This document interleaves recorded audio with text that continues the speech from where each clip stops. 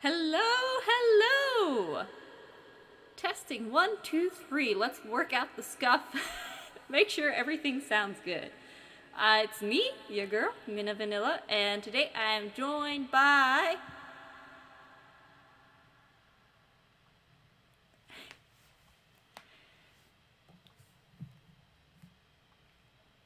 Okay, so can you hear him, or is, like... I didn't know how to test to see if his audio was coming through. Okay, yeah, no, okay, I gotta figure out how to add your audio.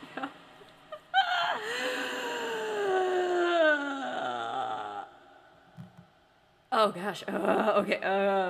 Okay. Yeah, that's probably from the karaoke stream. Okay, hang on. Advanced audio. Okay, wait. There's Hang on. How do I? Let's see. Okay, wait. Here we go. Okay, maybe. Let's see. I guess do I turn you up? Try talking.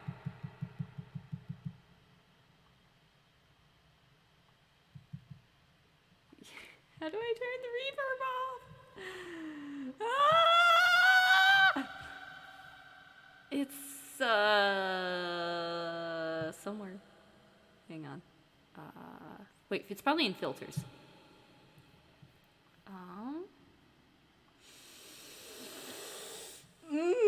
We've been.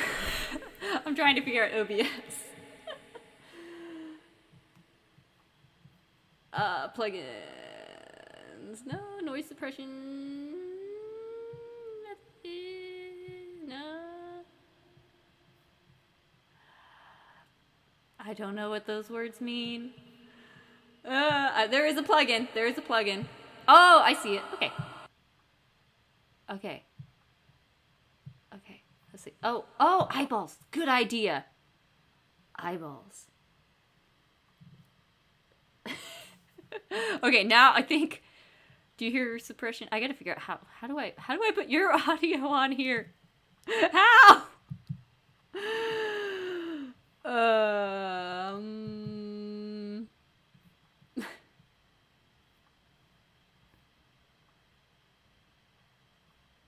Let me think. Okay, hang on.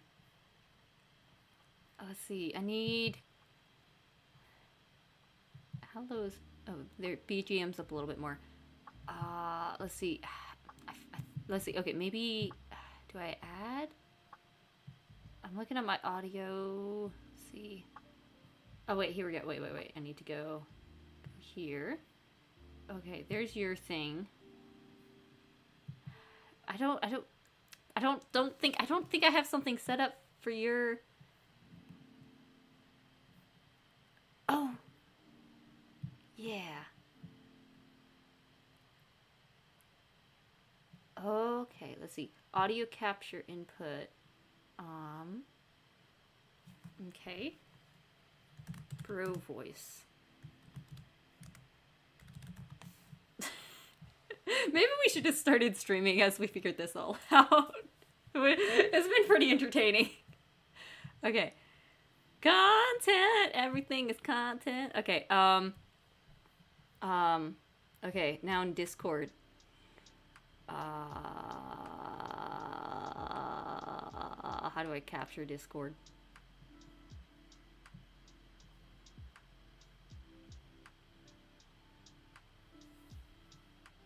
Yeah, on OBS. Oh, wait, oh. I'm lost. Hang on. Let's see. Okay, let me start over. Okay. Let's see. Actually, let me go to. There's Vinny voice. Okay. And then. Okay. Testing. Can you hear him, chat? Where is... Let's see. Oh, wait. Maybe now? Nope.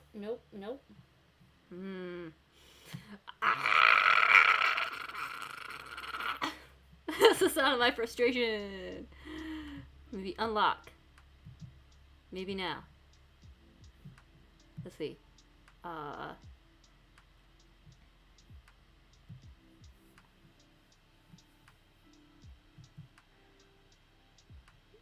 Yeah, that's my BGM. How? Oh, maybe.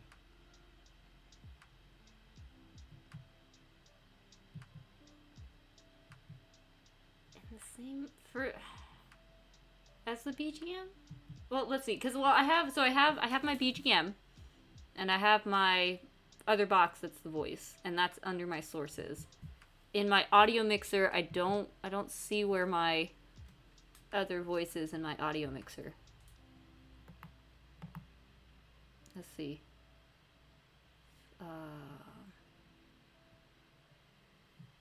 Let's see.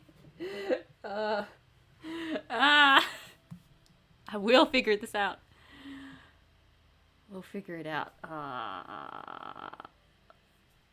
Okay. Google how to I don't know. Google how to do this.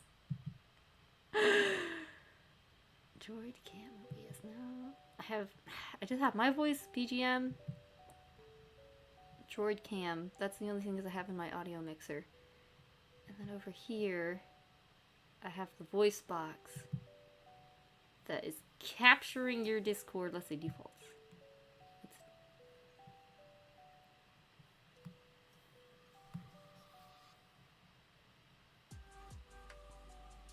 Yeah. Right now it says window, and it's got your Discord. And that says window match priority. Match title, otherwise find window of same type. I don't know what that means. Not the visuals, it's just the voice. Should be. I clicked on a thing that was previously, like, I clicked on the box that was previously Vinny's voice when I had him on, and I changed it to, like, your Discord. But I don't know, I don't know where to find it on here to make it, like, a thing.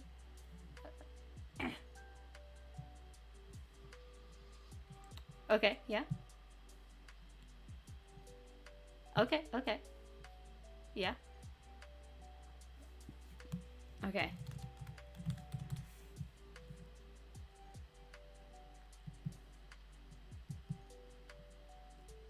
Let's see. I'm gonna click OK first. And then, yeah, there's yours. And I click OK. And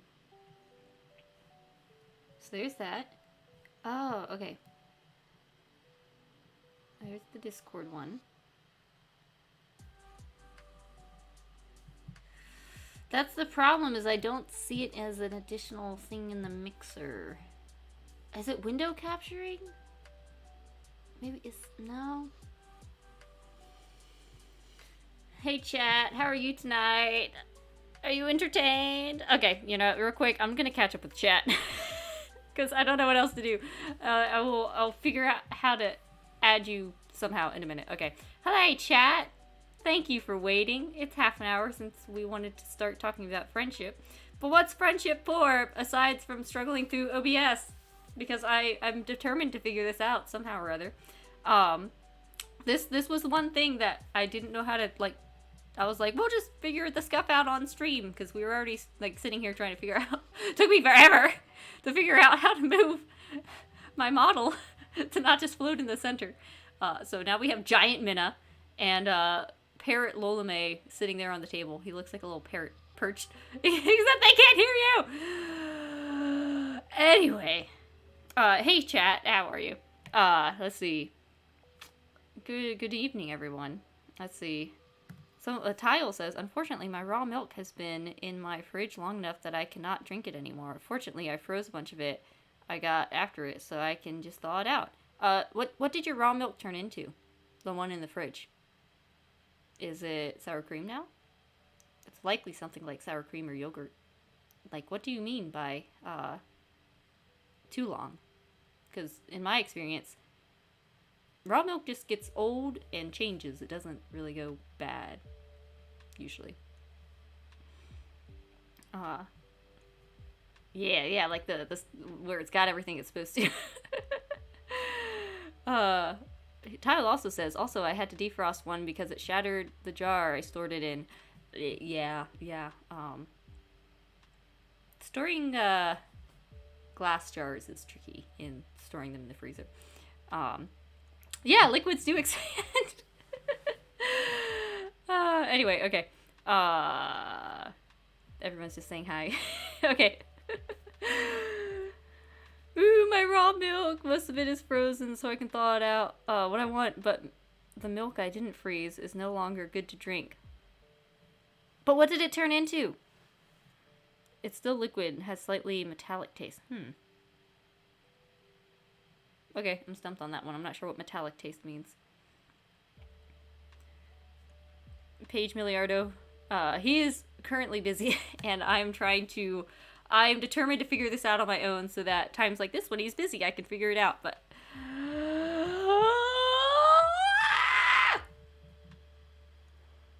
Lolime is being very supportive, but we're stuck. We're stuck. Okay. Actually, maybe I will mute myself and call him. Okay, just a minute. I'm gonna mute.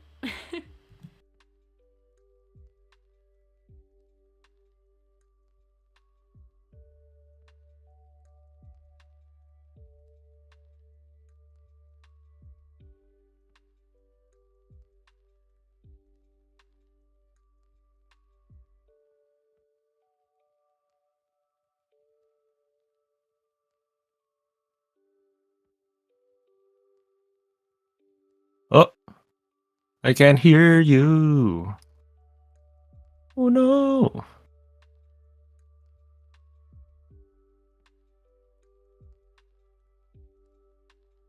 Oh, now I can hear myself through your stream. I'm all alone. Hello. I can turn down my output. Hi, chat.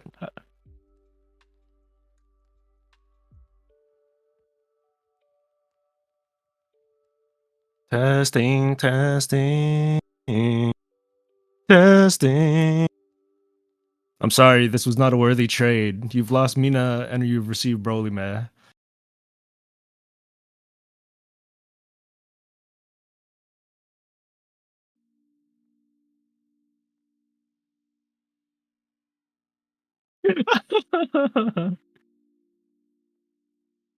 I wonder if it's a thing with audio mixer. Minna, I can't hear you over Discord, by the way. I wonder if you changed hardware. I wonder.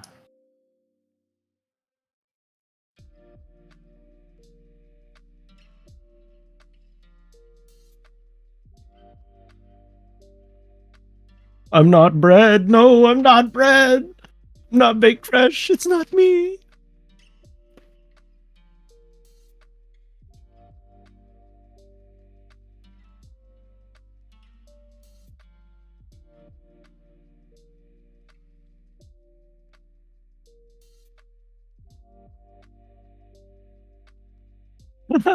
We've never been in the same room. We're actually the same person. I'm Minna with a voice changer.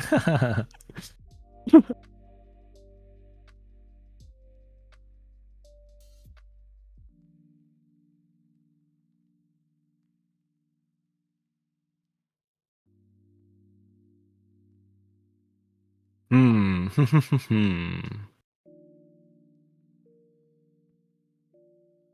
If I can't hear her on our stream and through Discord, that means that the input to her computer is that's where something is messed up.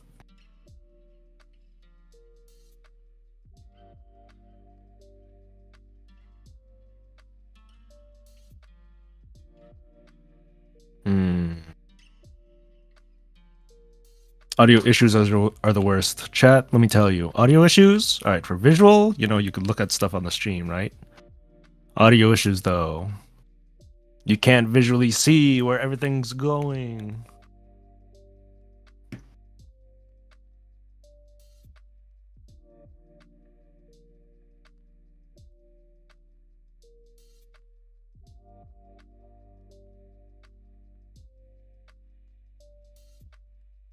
I think. Hmm.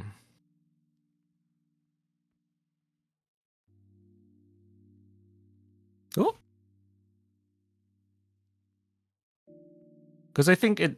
I heard my voice like as soon as she said she'd mute. So I wonder if it's like something's being switched. It's like exclusive. All right, I'm back. Welcome back. Oh, Okay. actually, Are I think it we? works now. I don't know what I did, but we did it. Oh, wow. Okay, I hear both of us on stream. I think. Yeah, yeah. Okay. Wow, okay. Okay. Well, we're here. We made it. 40 minutes after after like 20 minutes of trying to problem. figure out setting up the stream and another 20 minutes trying to figure I don't even know what I did to make it work. Yeah. I don't even know what I Maybe it was did. muted or something. Maybe it was on. It's Maybe okay. it's because I was on studio mode, and when I took it off studio mode, because yes. otherwise You I'm like, forgot to transition. maybe. But I think Yeah. we're here. Hello, hello. We're Man, here. thank you to everyone who has stuck through that and is here for this stream. I appreciate every single one of you guys. Thanks for being patient. Yeah. Yeah, All right. yeah, So the trick. Let's see. What's this?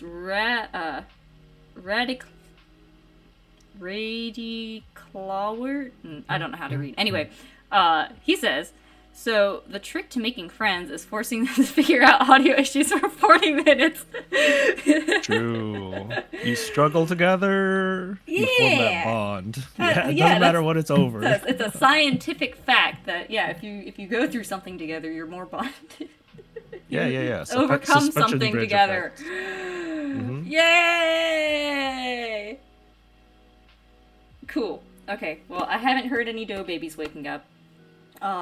So they should be good. Good, So I good, think we can good. finally start. Yeah. Yeah. Woo! Okay, we did it. We did it, chat. Yep, we're here now.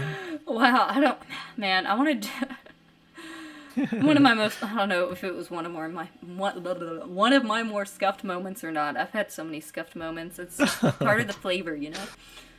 I don't even count them no more. Hey, we made it though. Okay, friendship. So, Yeah. let's see. I'd had a couple things pulled up. Let's start with, I'm gonna, actually, wait, where is it? Here we go.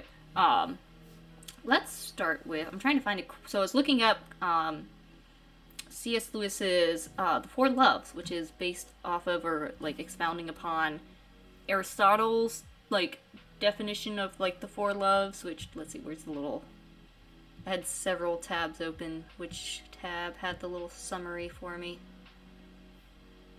I did not have time to organize them. Let's see. Wikipedia. Four loves. Four Loves. Let's see. Because it was like a specific like book.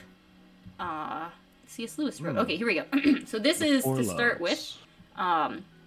I believe these are the Four Loves as defined by Aristotle. So there is the first, as listed here, is Eros. I think is how you spell it.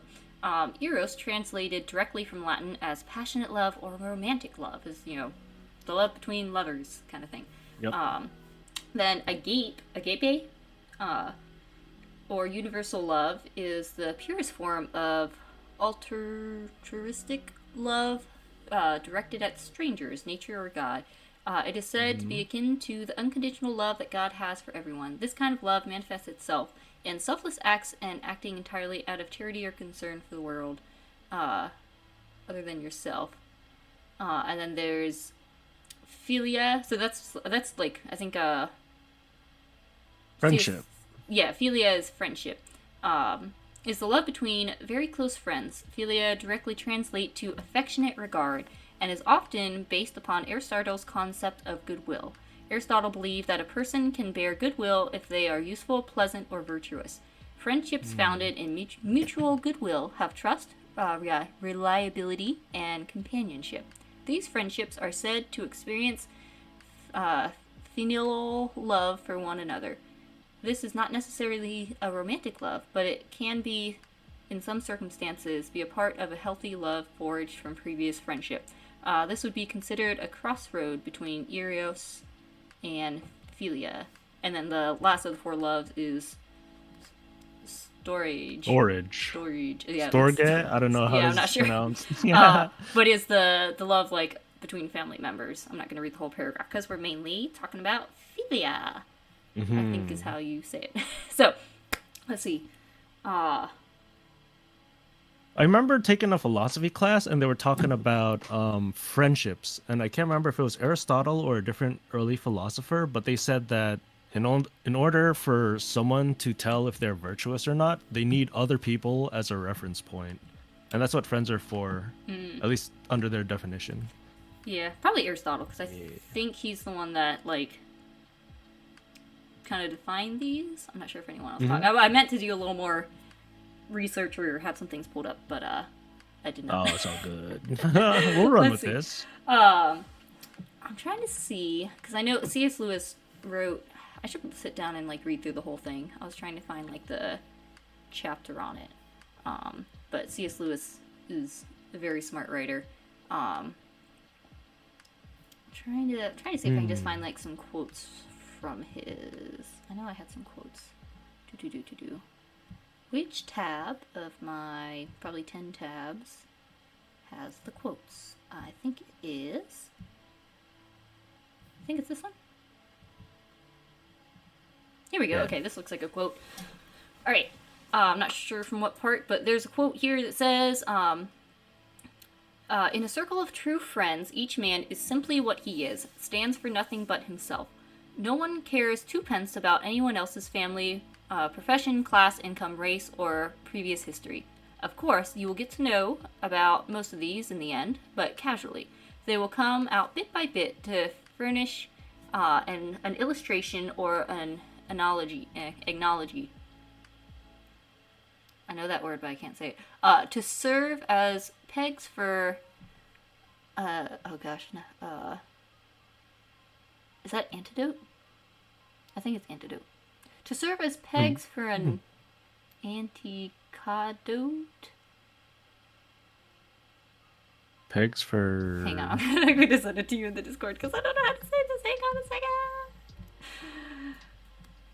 Yeah, if I see the text, that'd be analogous. That's an anecdote. It has the hardest time sounding out words. Anecdote. Okay, I was right. Cool. So, to furnish an illustration or an analogy, to serve as pegs for an antidote, never for their own sake.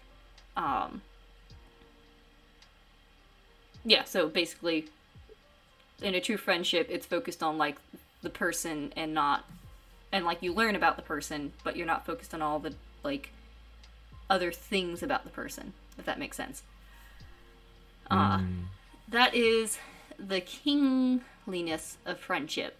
We meet our sovereign princes of independent state, abroad on neutral ground, freed from our context. This love essentially ignores not only our physical bodies, but that whole embodiment which consists of our family, jobs, past, and connections. At home, besides being Peter or Jane, we also bear a general character, husband or wife, brother or sister, chef, colleague, or subordinate. Not among subordinate. Not among our friends. It is an affair of disentanglement or stripped minds. Eros will have naked bodies. Friendship, naked personalities. So I think what it's saying is like it's less about the roles, like because everyone has roles. They have, and that kind of determines their relationships, like, your boss, your friend. Well, okay, maybe not friends, that's a bad example to use the thing that I'm talking about, but like your boss, your coworkers, whatever. Everyone has roles, and I guess it's saying that a friendship kind of strips those away and focuses you don't have on the same personalities. kind of expectations, because those different kind of roles you fill have different expectations, like as a coworker or part of your family unit. There's a certain identity in that, where friendship, which you're saying, having your soundboard of how to like judge your character, or however you Mm-hmm. phrased it. So yeah, Yep. it's like you find common ground, and like any good relationship, I feel like there's another quote somewhere talking about like you need something to like move towards together in a good Mm-hmm. relationship, where like you have some sort of mutual understanding or connection or interest that you can like move towards together, and that helps build friendship. Like a goal or something you guys are trying to accomplish. Yeah. Yeah, it's just something you can like I don't know, understand, because I don't know if you like you can't really form much of a friendship if you just kind of like show up and stare at each other. Hmm. uh Kind of I mean, actually. well, Did you yeah, know? like, but you need something Di- to talk about while you're staring at oh each yeah. other. Um, so it's something that kind of like I don't know that you bond over. Yeah. Let's see. Like you could build familiarity, but you can't really make something out of that. That's like the stepping stone, I guess. Yeah, Yeah. Yeah. let's see. Was there another quote? I think that's a good place to start. I don't know. Do you Okay. have what are some of your general thoughts on friendship? I guess we could kind of chit chat about. I don't know. Mm-hmm. I feel like there's a lot we could talk about of like what our experience is like making and Yeah. maintaining friendships, like problems the modern day faces, Ooh, um, interesting. Yep. like I was listening. I like looked up a random video that was like how to make friends, and it was talking about you need casual interaction, like casual and frequent interactions to like Mm-hmm. start building that. Um, and some like for there's some pros and cons to it that a lot of those casual spaces are now online, and Oh yeah. so especially if It's a you're completely different type of socialization and yeah communication. yeah, Yeah. and there's some good bits because I've made a lot of really good like online friends. Yeah. Everyone in FlaVR, for example, or even like other circles I've been in, where I like mainly know someone through this online circle. Um, Mm-hmm. but it's hard The because level then of you commitment is different. yeah, because you have to put like it's kind of nice having that because it doesn't take as much time and effort to invest in those online friendships as in Mm-hmm. like real life friendships where you have to like get out of the house and go like hang out Go somewhere and physically. do Yep. something and like maintain the friendship that way. So, but I don't know. It's like there used to As easy it be, is to gather, it's very easy for people to split up and not communicate at all, yeah, yeah, no matter the online stuff. Like it's very easy nowadays for people to block each other or yeah. You're not not like, communicate. yeah, you can really disappear from circles online. Whereas, Oh like, yeah. if you had a hobby or some sort of group you were going to, it makes it harder to just like disappear when you guys are Oh all yeah. relatively in the same location. And then I feel yeah, like it's it's different levels of commitment. Like, if people gather online, and I've done this a lot, like over an interest, let's say a game or something, people will stick around, but if their interest fades in that game or that group, they could just as easily drift into another one. I've definitely found that at times where yeah, it's like I don't. I guess most things come to an end at some point. Oh yeah, it always does. Yeah. Everything comes to an end. Yeah. So, but yeah, it seems like nowadays there's not as many in-person opportunities. Like you have to really seek it out, especially if Mm.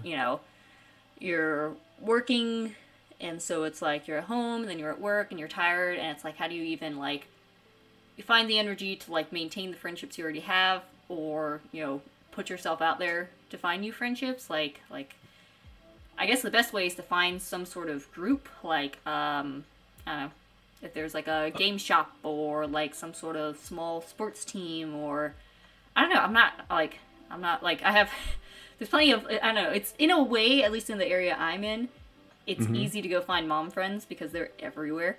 But I A lot of know moms. there are so many moms around here. But I feel bad because I know so many people, and then I see people, and I'm like, I have no idea where I know you from, but I know you, but I can't remember your name or where I met you. But I'm just gonna talk to you like I do. Uh, so there's like a lot of circles. I don't know. I'm like oversaturated with people I know, and I want to be friends with everyone. Um, but there's also, different kind of levels of It takes a interaction. lot to maintain. I remember, I think there was an estimation of the most friends a person could have. It's like the most people one single person can keep up with, Mm-hmm. like maintaining those social relationships, doing the maintenance, all that stuff. It's like 300 or 400 people. More than that, apparently, like that's the optimal cap. Yeah. But more than that, it's really hard to, kind of keep up Yeah, so I'll with talk for a everyone. minute It's because a I lot. have like several thoughts where. Hmm. So for most of my, I guess, sort of adult life so far, um, I've been in a community that like you form friendships quick, and oftentimes friends move, or then you gotta make new friends, or you move, um, Oh, 150. and what's 150 Dunbar number? The cap of the people Okay, yeah, that you could keep up with socially. yeah, Yeah, yeah. So I was way I've off. made a lot of friends. I'm like a compulsive friend maker. Like, give me 2 seconds, like, give me 2 minutes, and you in my general vicinity and make eye contact, I will talk to you, and have a fun conversation. So, I don't know, in past several years of, being out doing stuff, one, I've come to appreciate just all the small human interactions. Like, I absolutely know that I can't be friends with everyone. Yep. And like there was one time I went to go pick up like a bookcase from someone on the yard sale page. So I went to their house and we had like our two small kids. We're kind of like running around because we were trying to figure out how to put this bookcase into the car. And we Uh-huh. tried a couple things, wasn't working. They were moving. Ooh, they were on their way out of the neighborhood. Yeah, so they were on their way out of the Okay. neighborhood. So I'm just like, well, there's no point in like getting each other's numbers or anything because they were gonna, move off. But we Mm-hmm. had like, I don't know, I spent like an hour or two just hanging out chatting with her while our kids played around, just cuz. Yeah. And then like I've come to very much appreciate just those like appreciate the interaction for like what it is, without Mm-hmm. like much expectation. Um, and just yeah, just have a fun conversation, chit chatting about stuff while our kids kind of ran around. Um, there's plenty of people I know, like there's lots of acquaintances where it's like within a certain group or circle, I know these people, we have fun chit chatting. There used to be a workout group, which I'm really sad isn't like it kind of the like business sort of closed down. Oh, so Um, where you all were meeting up is yeah, so like we'd no meet up at longer the there. park with our kids in the strollers and do a workout. And so there Uh-huh. was the level of like acquaintances where within the context of meeting up in that group, we'd have fun chit chatting, but we didn't really try and hang out Reach outside out of that. further outside of it. Yeah, hang on just a Yeah, second. yeah, yeah, I think yeah. I heard a dough baby. Hang on. Oh, okay. Hmm. I don't think I hear them.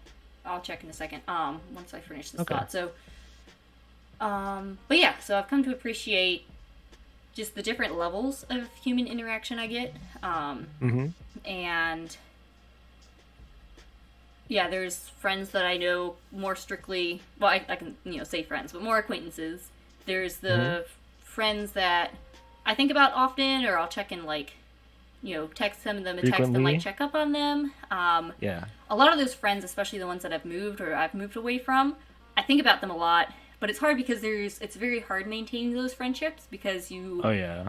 just like I don't know. The most you can do is kind of like text, catch up, send a picture, say hi. But there's not that goal or that thing to move towards or move around. Yeah, yeah, yeah. And so there's like not much of anywhere that can go.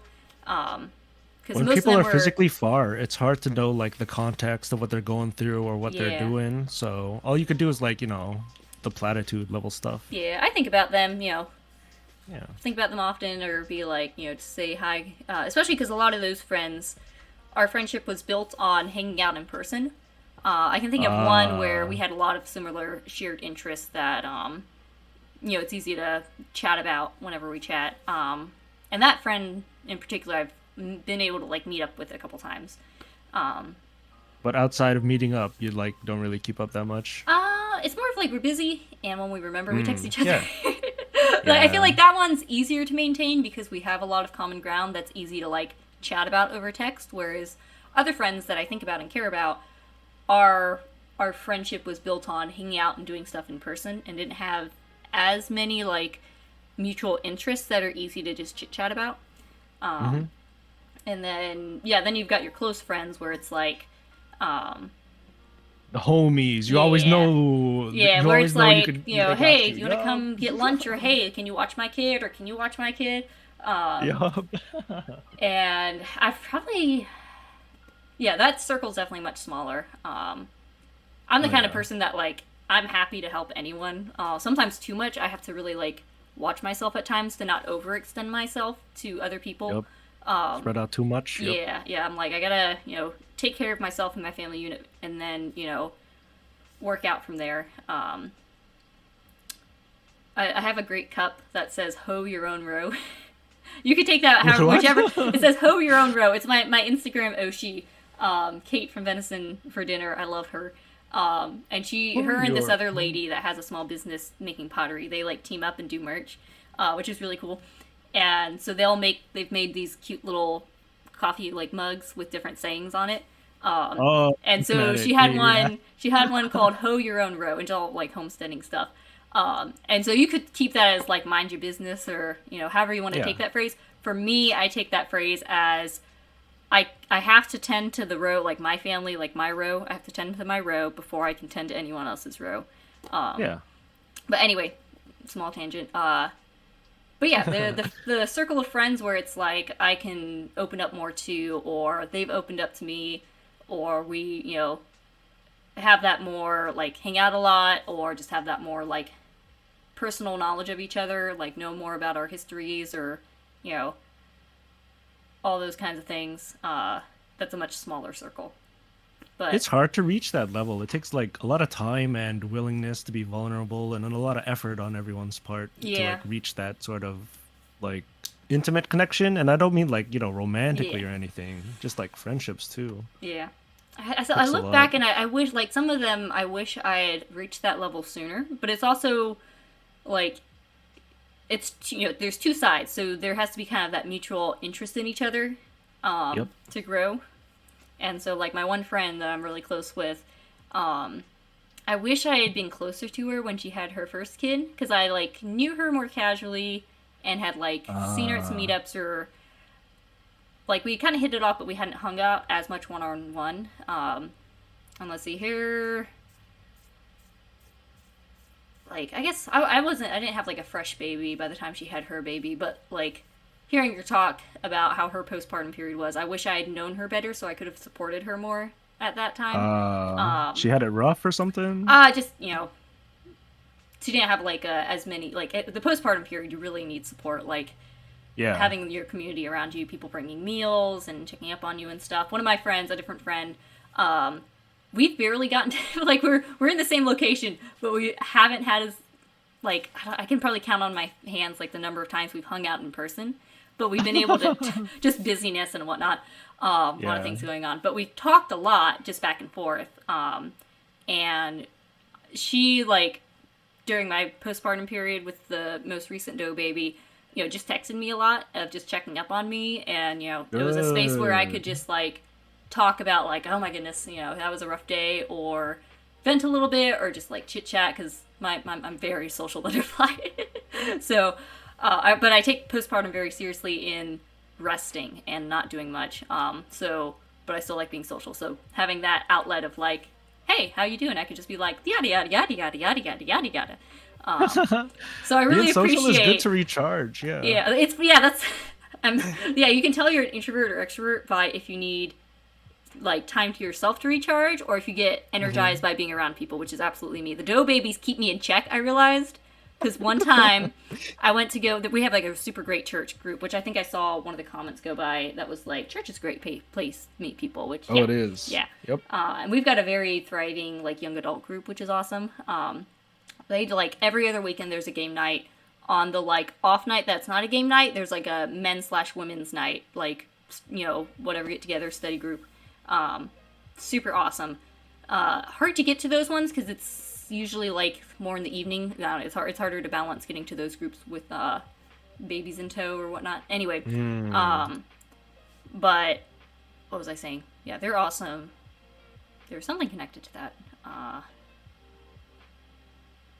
totally blanked. I can't remember what I was gonna say. Meeting people, I don't know. But yeah, church is a great place. We've got a really nice church group. Yeah,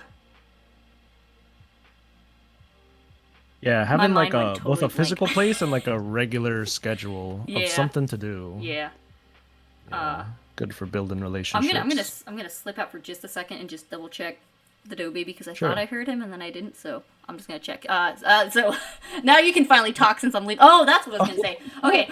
No problem. Never mind. No, you can't talk. I was gonna Nope. say one time I went to one of the game nights for that young adult group. Milliardo. He wanted to. He's the introvert.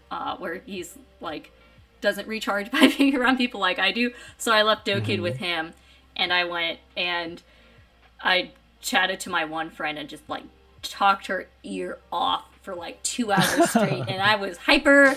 That's why I get hyper on the stream sometimes, is talking. I get so hyper just talking to people. I was talking about dance and whatnot, and she also danced. So then I'm like, oh, you understand this stuff, yada yada yada yada yada. And then I left all jittery and excited, and it was like probably 11 p.m. and I'm all hyped up from talking to people, and I realized that when I don't have a dough baby constantly like having to like split my attention and I can just talk, is a very dangerous thing. You'll focus on one person or like Where it's yeah. like I'm not constantly being interrupted. Like the interruptions Yeah. by the dough babies kind of like slow me down a little bit, and then I can have a second to be like, I guess think. I don't know. Anyway, the dough babies lower my power level enough so that I don't overwhelm people with my talking because I have to like be distracted by the dough babies. That was Power that level tangent. Okay. Yeah, I'm gonna go. Okay, here's your chance to talk. I'll be right back. I've been listening and musing, no problem. Yeah. Okay, I'm just gonna do a quick check. I'll be right back. Okay. Trying to convince Broline to have a baby. Oh my gosh. As far as friendships, man, to be honest, I have a few offline friends, but most of the ones I've made and continue to, I guess, foster are the ones I've met online. And it's very different. It's very different. Like having a real life place, they got a schedule, you kind of, especially if you have to physically travel to it, there's that aspect of commitment to it. But online, it's so easy to just like, lose interest, stop going online, or stop playing the game or whatever. But I think if you could manage to develop connections with people outside of that interest, you could carry that over to wherever. I don't consider really myself an extrovert, but I feel like I've picked up a lot of things because I'm old, and my mindset has changed drastically as far as relationships and connections and making friends. And man, I remember struggling when I was younger, especially like high school level, high school level. Things are different. Little bro 19, all friends online. I was a gamer, but friends were still local. Yeah. Aging rounds you out as a person for sure. Oh yeah. Lolime, how's it going? It's going okay. Streaming going all right. Extroversion relative. Oh yeah, probably extroverted compared to chat. I was forced to learn. Working in healthcare, working at different places where I had to interact with different levels of people, I guess. Like what Minna was saying earlier about Aristotle's stuff. It's like the roles, and when it comes to the type of love that friendship has, you could kind of strip those roles away, and you're focused on the connection in between yourself and the person. All right, we're back. Welcome back. I was completely silent the last 2 minutes. No, I heard you were talking. No, I was gonna say I'm shy. I don't know what to say to your chat. No, you have good things to say. Okay. Okay, let's see. Yeah, I checked on Dough Baby, and then he was asleep. But he must have he must have smelled me because then he woke up shortly after. Oh. Baby. I know. It's okay. Oh, you brought him over. How's he doing? He is a sleepy bug. Sleepy wiggly bug. Oh. Yeah. Here, let's pick you up. Okay, let's see. I'm going to I cannot talk tonight. I'm gonna scan chat and catch up with you guys real quick. Let's see what you guys saying. Do based in community pill, yeah. Dear Beer Man says, Minna is a Pokemon trainer that collects friends. I will, like, my brothers, say that, where it's like, I just, like, throw Pokeballs at people, like, you're my friend now. You, do it by force. Like, you have no choice in this. You are my friend now. You can make someone your friend without their approval, no problem. Nah, not actually. At gunpoint. Let's see, okay, no, my model's still there, cool.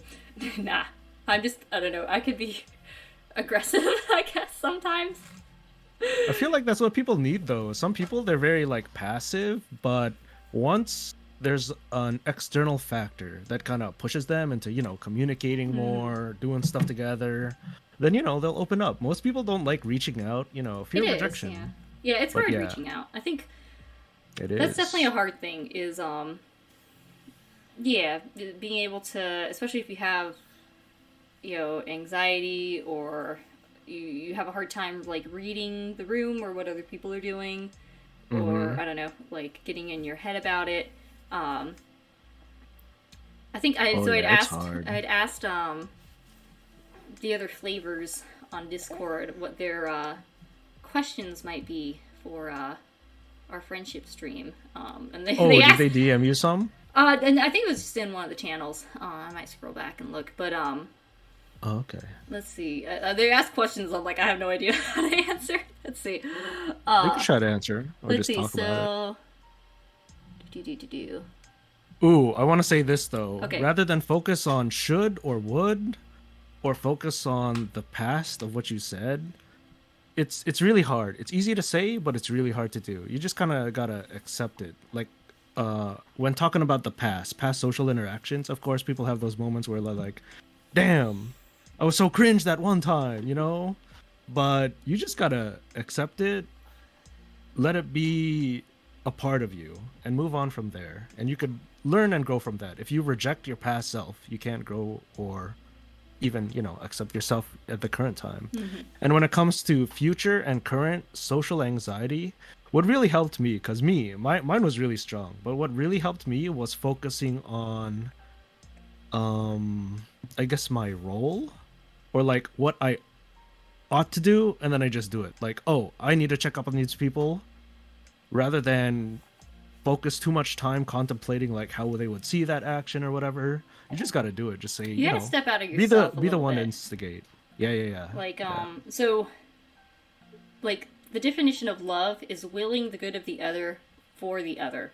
So, like, not what you're gonna get out of it, not like looking, like you're saying, like, I want, you know, step outside of yourself and be like, I want to make sure this person knows that I appreciate them. Or, well, no, that's too much, even putting yourself in the equation. Just for their own sake, them doing well. Yeah. You know. Yeah.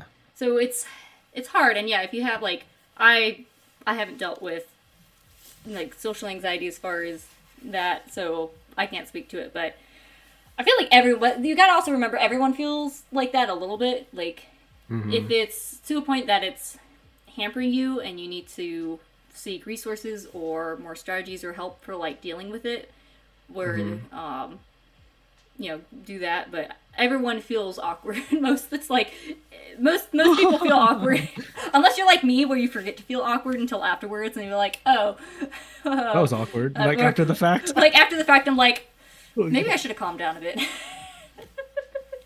Oh, for me, like, I was a nervous wreck growing up, but yeah, life experiences. Not only that, I don't know how I come off to other people who don't know me as well, but I think I'm okay when it comes to, like, most social circumstances.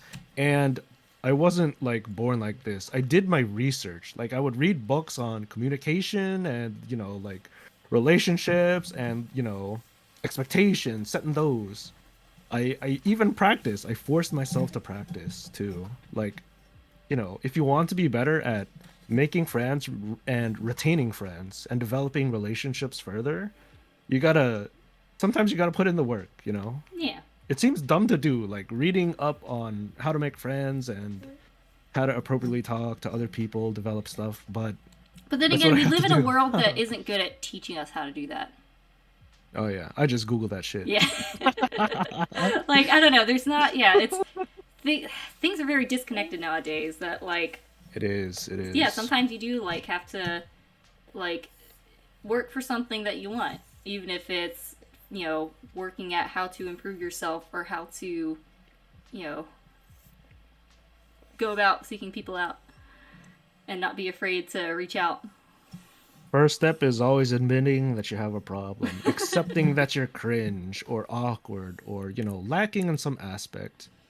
If you don't have the words to describe the emotions you're feeling, like let's say, growing up, man, kind of uneasy when I'm talking to other people. But if you don't know where that uneasiness is coming from, if you can't pinpoint like the emotion behind it, put a word to it, it's very hard to try to improve that, you know? Yeah, you gotta recognize, identify the Yeah. enemy. Yes, not the enemy, the friend. Well, The friend in so yourself. the enemy stopping you from being a friend. Oh yeah. True, true. Yeah. Let's see. Tal says, as embarrassing some things can be, people around me have never really been forward enough to connect with. So I've learned to try and be the leader wherever I go and lead groups in healthy directions. Worst part is I hate leading or being seen. I want to have someone to listen and follow, but I don't see lots of people who I could trust to do that. Well, good on you, Tile, for like, even though like that's outside of your comfort zone, you're You do reaching it. out. You're putting yourself out there. Yeah. Like, sometimes it's like the worst that can happen is you have an awkward moment or you get rejected. But the best that could happen is you get a good friend. So maybe framing it that way, where it's like the risk versus rewards are Minna, worth it. I remember it was either a study or a video about the topic, but most people nowadays in the world as a whole, when asked like how many close friends they have, they say like 0 or 1, very very low. Would you say you have a comfortable circle of close friends? I would say so. Let me think. Okay. I don't need like, a specific number or anything, but Yeah, I I hate know. numbers. Yeah, I know. No numbers here. Let's see. I know I have at least 2 friends from like most of my like adolescent growing up years. That it's like I'm still close with. Don't always see them, but like, the kind of friends where it's like, even if it's been a while, whenever we get the chance to like catch up, it's like we're immediately right back there, like we still connect. And those are like easy, in a way, easy maintained because there's a deep like bond there that even as time passes or things change, like You there's still have a that connection. You can rely on them. like connection and attachment to each other, and that like bond there. Yeah, I would say I have a pretty comfortable circle of like, I guess, intimate close friends. Yeah. Yeah, I don't know. I probably couldn't count the people I know and consider friends. I'm telling you, I have feel a like collection. It just focusing keeps on the growing. distinction too much is like a little detrimental. Like I remember it's like, focusing on Or like a I sliding don't have, scale versus close. boxes. Yeah. Exactly. That's what I was. Yeah. Yeah. Like if you're focused too much on, I need close friends, I need deep, meaningful relationships. I find that people very easily try to skip toward that step. And you gotta build up connections, like friendships, like slowly. Yeah. And you also like, in a way, you have to be. You can't focus on yourself too much. Like, Oh hell no. but you also need to discern if something gets unhealthy or like, you got to suss out like the people you surround yourself with, because the people in your close circle are going to greatly influence you. Oh yeah. And so Yeah. you definitely need to like, you need to find good friends to surround yourself with. And yeah, be wary enough that if something's not right, you can, don't avoid the conflict and, watch out for that. I think it's very easy to stay stagnant. Like, especially even when it comes to social circles, like you have your group of friends, maybe you're not that close, maybe you are, okay close, but it's easy to not branch out, try to be okay with talking to new people.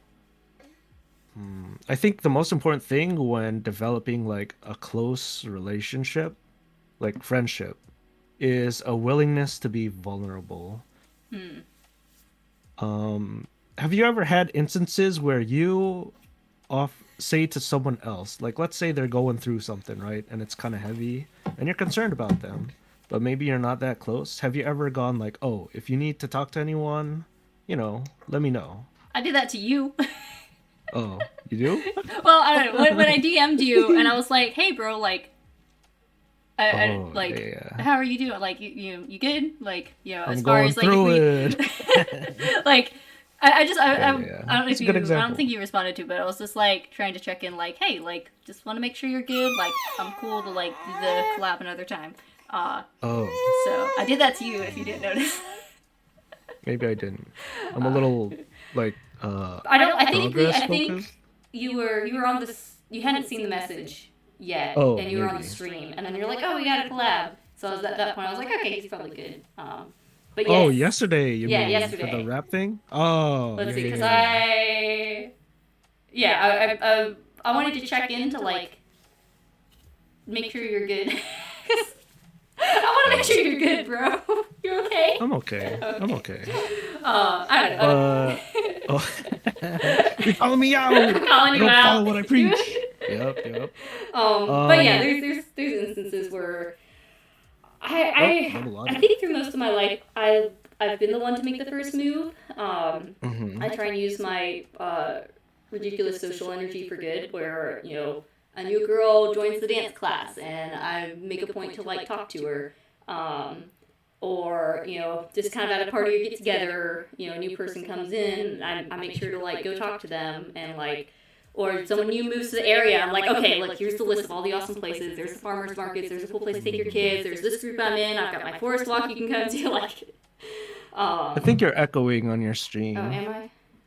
Yeah. Testing. Did something double? Echo. Oh, I don't think I changed anything. Let me check. Testing. It's just your voice that was doubling up. Testing. Mine was so. Test. Test. But to answer your question, yes, I try and do that. I try to reach out where that a deeper friendship isn't there, but I'm thinking about them, or it's, I don't know, it doesn't take too much to just send a like, hey, hope you're doing all right, or something small like that. It opens the door for if they want to. It does. Deepen it. Yeah. I've had that happen to me. I remember specifically one time, one of my good friends, we had met through like a cooking club get together. There's lots of people there, and I hadn't like pinned her in my mind as like, hey, I want to go hang out with her more. But she was like, hey, do you want to get together sometime? I'm like, oh, cool, there's mutual interest. Sure, let's get together. Shown interest, yeah. Yeah, opening doors, leaving the option. Takes two people to make a friendship, though, so. It does. People forget that sometimes. Any sort of connection between two people, it takes both parties' mutual interest in order for that connection to go anywhere. Yeah, and there's also, I remember, I think it was like I forget what video, I remember seeing some video one time talking about, like, a friend that constantly is dumping their emotional baggage on you, but never reciprocates by, like, listening to, you vent. Yeah, that Half of it reciprocation is very unhealthy. important. Yeah. Yeah, it wears you down, you know? Yeah, because then Wears you you're down. investing all this emotional energy into them and time into them, but as soon as like you just become their like dumping ground. And Yeah, then that's that not doesn't leave a good. very positive thing either if it's like they only come to you when they want to complain. Needs to have at least a little bit of back and forth, you Yeah. know? There's Stuff different like that, seasons very where it's like you uneven. might not Yeah. completely be even all the time, but there's that yeah, a little bit of give and take. All Hmm. right. No one said anything about echoing, so I'm assuming it's not echoing I anymore. think it's still echoing. Yeah. While you're looking at that, I'll share something. Okay. So I worked on a indie shooter game, right? And most of the stuff was done by me and the main dev. And when the deadline was coming up, it was stressful. More so for the other guy than for me, the main dev, because he had a contract with his publisher, you know, he had obligations to fill. But me, I turned down any connection with the publisher, and I only wanted to work with him. And ooh man, he was going through it on those final days. He was doing crunches. He was doing like, you know, like 48-hour programming sessions, squashing bugs, polishing the game. And it was very surprising.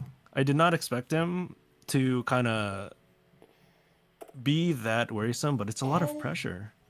And it was, I guess it was pressure for both of us, and we ended up, you know, you kind of end up reciprocating, and sometimes it feels like you're ranting to the other person, but man, it helps to get it off your chest, and it's very important to kind of share that too. Yeah, see, that was the thing I was trying to get to. Like, you have no problem letting people dump on you, but you have trouble dumping back, and you need to be able to show that vulnerability, I think, in order to foster trust. Like, if you take all the pressure and all the, I guess, negativity, but you're not willing to kind of expose your own vulnerabilities, I don't know. I don't know. I think it's important to be vulnerable. Be willing to be vulnerable.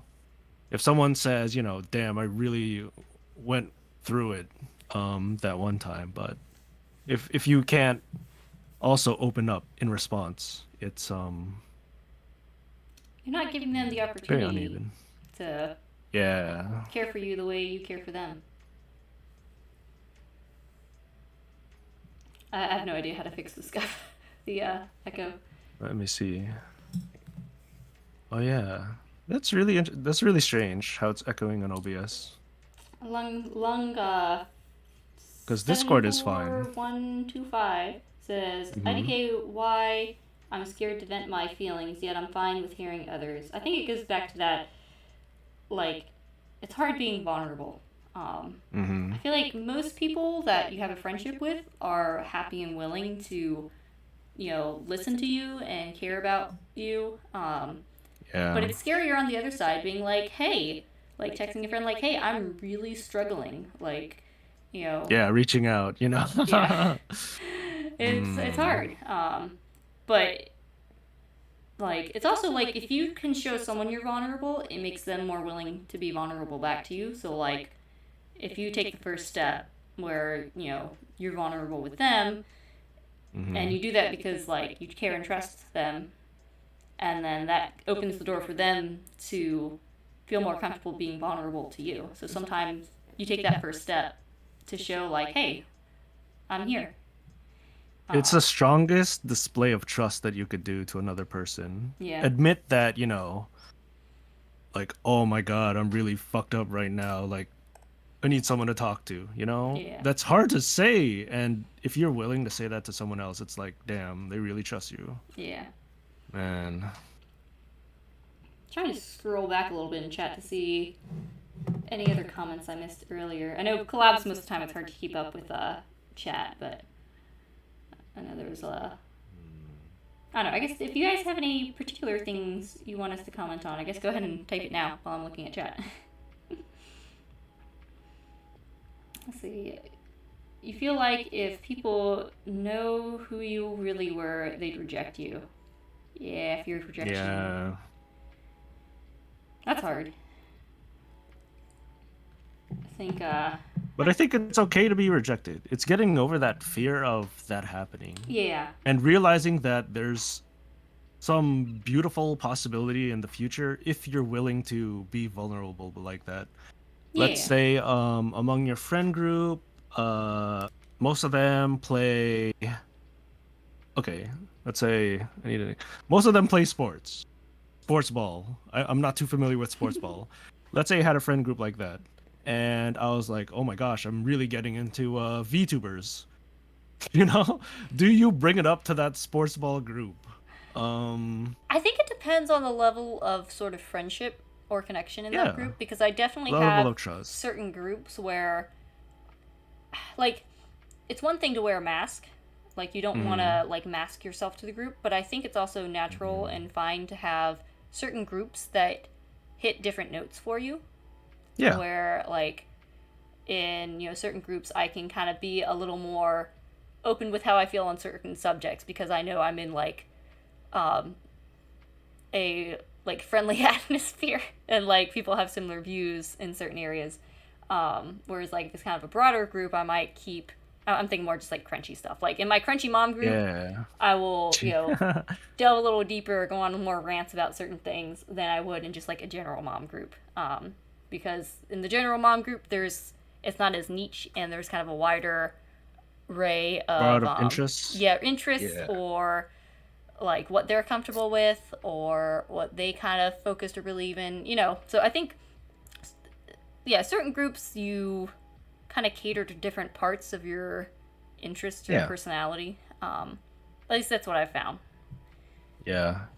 And it takes like a little bit of time to judge, like, you know, whether you could bring up your VTuber interest to your sports ball group, I guess. How But much detail I go into when I tell my birth story. Because, man, my country, like, we love telling each other our birth stories. oh my gosh. In, like, my crunchy mom group, like, my crunchy friends, especially the ones that, like, also love home birth. Where other groups, I keep it a little more short. But, yeah, that's just one example of, I guess, know your audience. Oh yeah, you gotta be able to suss it out a bit. Yeah. But I feel like if you're too concerned over what that audience thinks, rather than, you know, just willing to share new interests or whatever, you might miss out, you know? You might find out that someone else in that group, oh yeah, I watch VTubers too. Yeah. And if you're not willing to share, you know, more niche or vulnerable sides of yourself, you'll never have that connection built. Let's see, checking chat again. Yeah. I always feel like I regret whenever I vent. It feels wrong somehow. I guess it depends. I mean, it is hard to judge, though, especially from the side of venting, of how to do it in a way that I guess is acceptable, or... Yeah, it is hard. It's hard knowing, like, what friends or how to go about. I guess you start in small ways. Yeah. Like, being honest. Like, hey, how are you doing? Oh, I'm having a rough day. Instead of just like, oh, I'm fine. I think it starts small. The weight of what people say varies to both the person saying it and the person receiving it. You know, someone could say like, "Oh, I went through something massively traumatic," but they're okay with it. But the person they told is like shook by it, Yeah. or vice versa. There's you know? times that I wish I could be better support to some, like, I don't know. I haven't gone through anything. Like, thankfully, my life overall has been very smooth, but that also Yeah. means I don't have the kind of experience that would lend itself to help when other friends are going through stuff that I haven't gone through.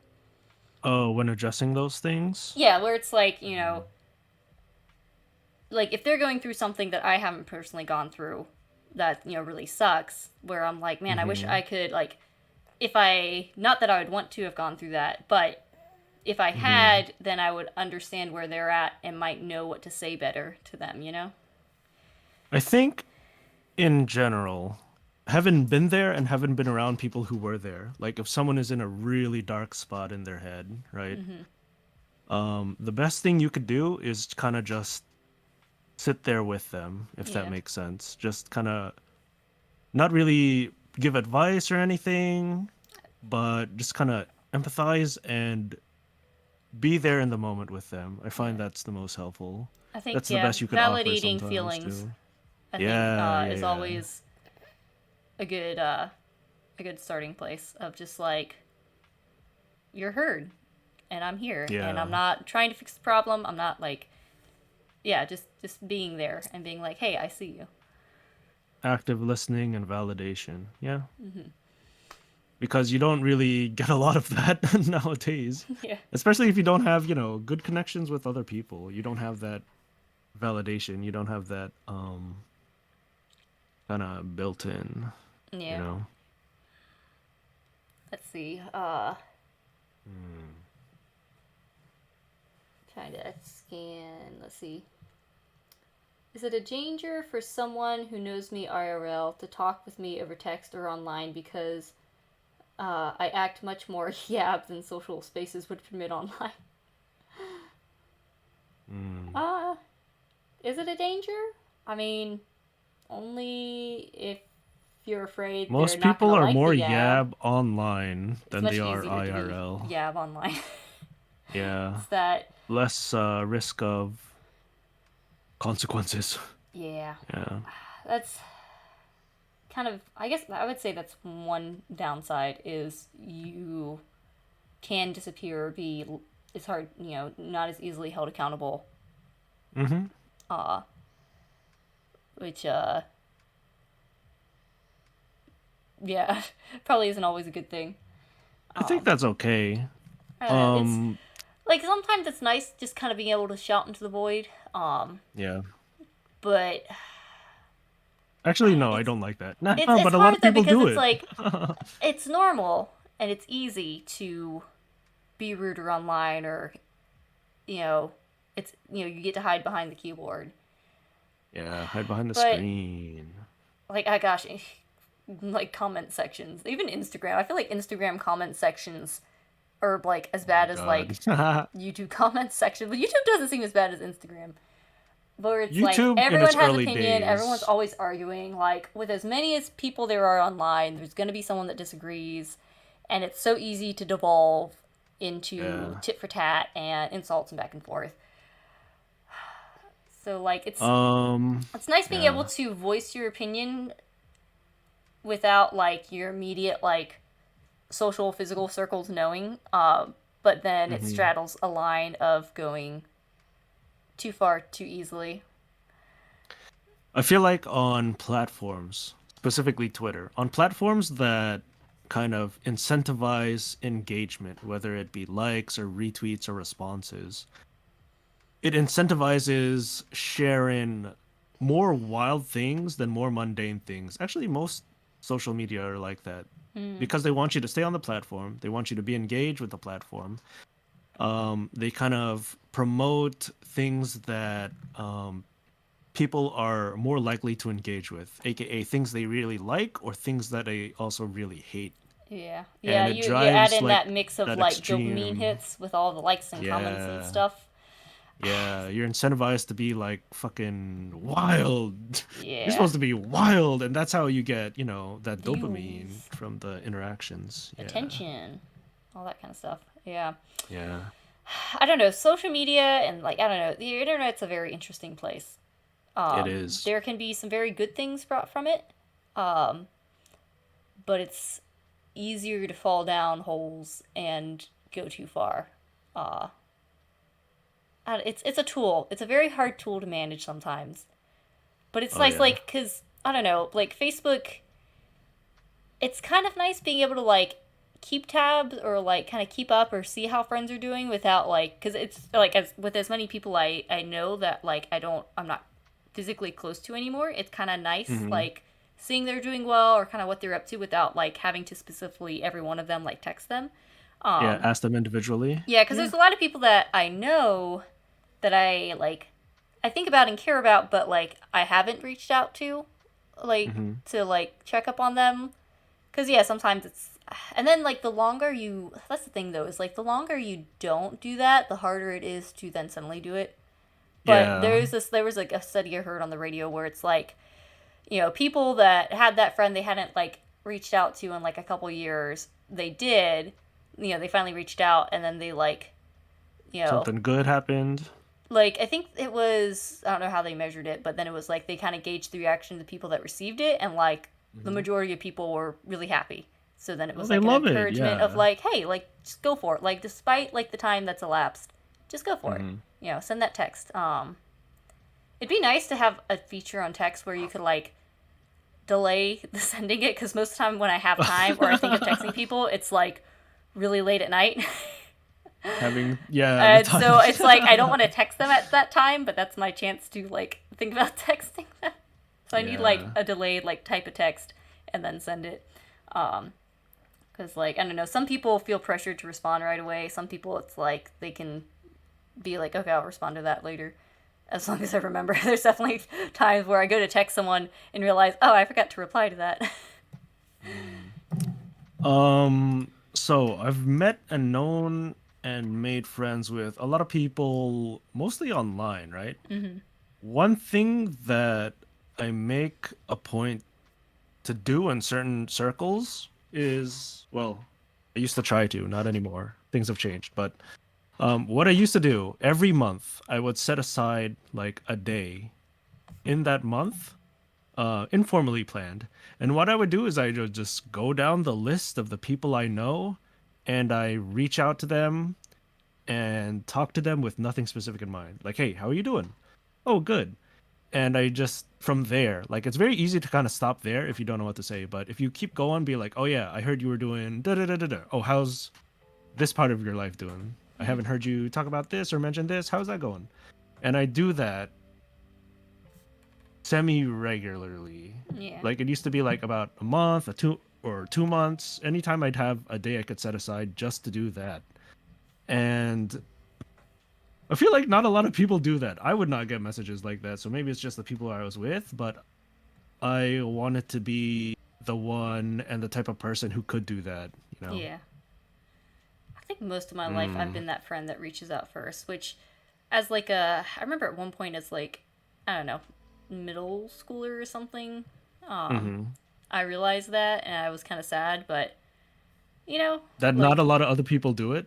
yeah, that like sometimes it felt like Yeah. I was always the one reaching out. That if I never did, they wouldn't. But then Yeah. again, I'm But the like, ones but reaching out to still, you. if I guess like at the time I was like, well, I mean, if I want to hang out with them, might as well still reach out. Mm. I don't know. I guess I think I like most of my friendships now, especially like particularly the like close ones that I'm like in the same location as. Um, Hmm. you know, a fair like mutual like, my one friend, she'll hit me up all the time like, hey, you want to go grab lunch, or I'm going to the park, Nice. or we see each other like our kids are in dance. I see her at mom's. Oh, I don't know. I see her all the time. She's that's like right around good. the corner from me. It's really great. Um, I'm gonna miss Physically and her. socially available to like, oh, is she moving out? What? Yeah, yeah, we're both pretty outgoing, so that helps a lot. I think I saw someone talking about here. I'm gonna scan the chat again. I think I saw someone talking about Hmm. like introverts and extroverts. It definitely helps when you have an extrovert to adopt an introvert, Yeah. where it's like I guess most introverts kind of like describe themselves as it's harder for them to make that first move, but like once it's kind of started and they get to know someone, like Oh they're, yeah. you know, then once they get to know someone, it's easier for them to like reach out or check up on them.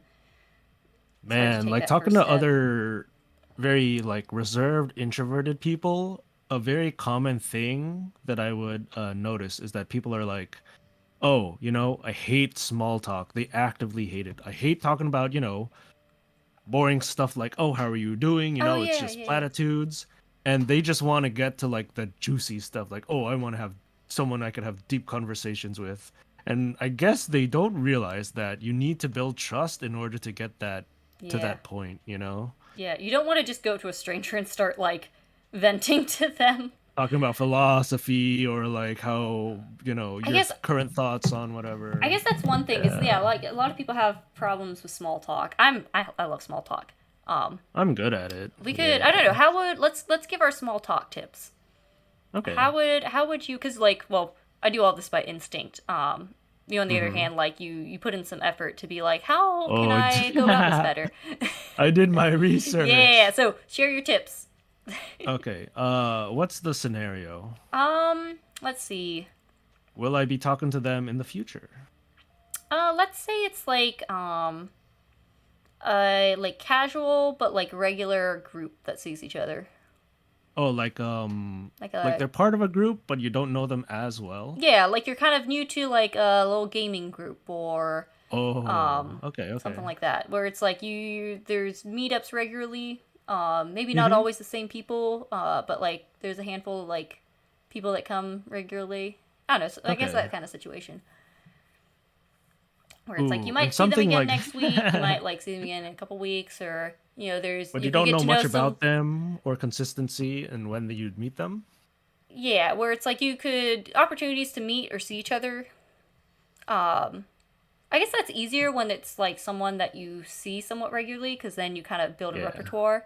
Um, Whereas like I don't know, I'll walk like one of my other good friends. We met because we were both at the park. I don't know. It's for me at least. It's easy making mom friends, but I know that's not every mom's situation. Sometimes it's really hard making mom friends, depending on like Uh-huh. your area. But then again, gosh, it's got to be really hard for like working moms because like there's like a lot on their plate. I don't know. It's different Yeah. struggles where it's a lot being with the kids 24/7, but I also have the freedom and ability to go out and about with them and hang out with my friends. Um, anyway, that was a side tangent. But one of my good friends Yeah. I met because we were at the park, and her oldest kid, who was kind of like a young school age kid, Hmm. started talking to me about snakes. We were talking about Snakes. black mambas and stuff. So Oh my god. we were just talking about snakes. That's scary. I was the kid that would just talk to anyone and like would happily go and like chit chat to an adult. And so I'm very sympathetic to those kinds of kids when they talk to me, where I'm like, sure, let's talk about snakes. And Nice. so then, you know, his mom was around, so kind of waved at her, or then she made she commented on something, like a piece of clothing or something my kid had, and then Hmm. started kind of chit chatting from there. We're really good friends now. Um, but it Oh, but that's started, how it started? yeah, it started because we were both at the park. Her kids started chatting to me, and then she said something to like that kind of started a conversation between us, and then we found we had a lot of similar things, particularly like crunchy things. uh, and went from there. And so then that's the other nice thing about Facebook is then you can like kind of Follow up. get to kind of you have like an easy way to sort of engage or see the person, sometimes match a name to the face, which is harder Oh, to kind of do like in suss them like out. yeah, you can kind of suss them out a little bit or just have a Yeah. little for me it's a little more coherent way to like remember them. But then again, I have so many people Yeah. on Facebook where it's like I did that, but then never like got back in touch with them, just Hmm. because an opportunity never really arose. Sometimes that happens, but then I don't really want But to you're, take them off Facebook because we might end up hanging out you never again. know. Yeah, you Yeah. never know. Don't burn Sometimes those bridges. you might like move back to the same area or something like that.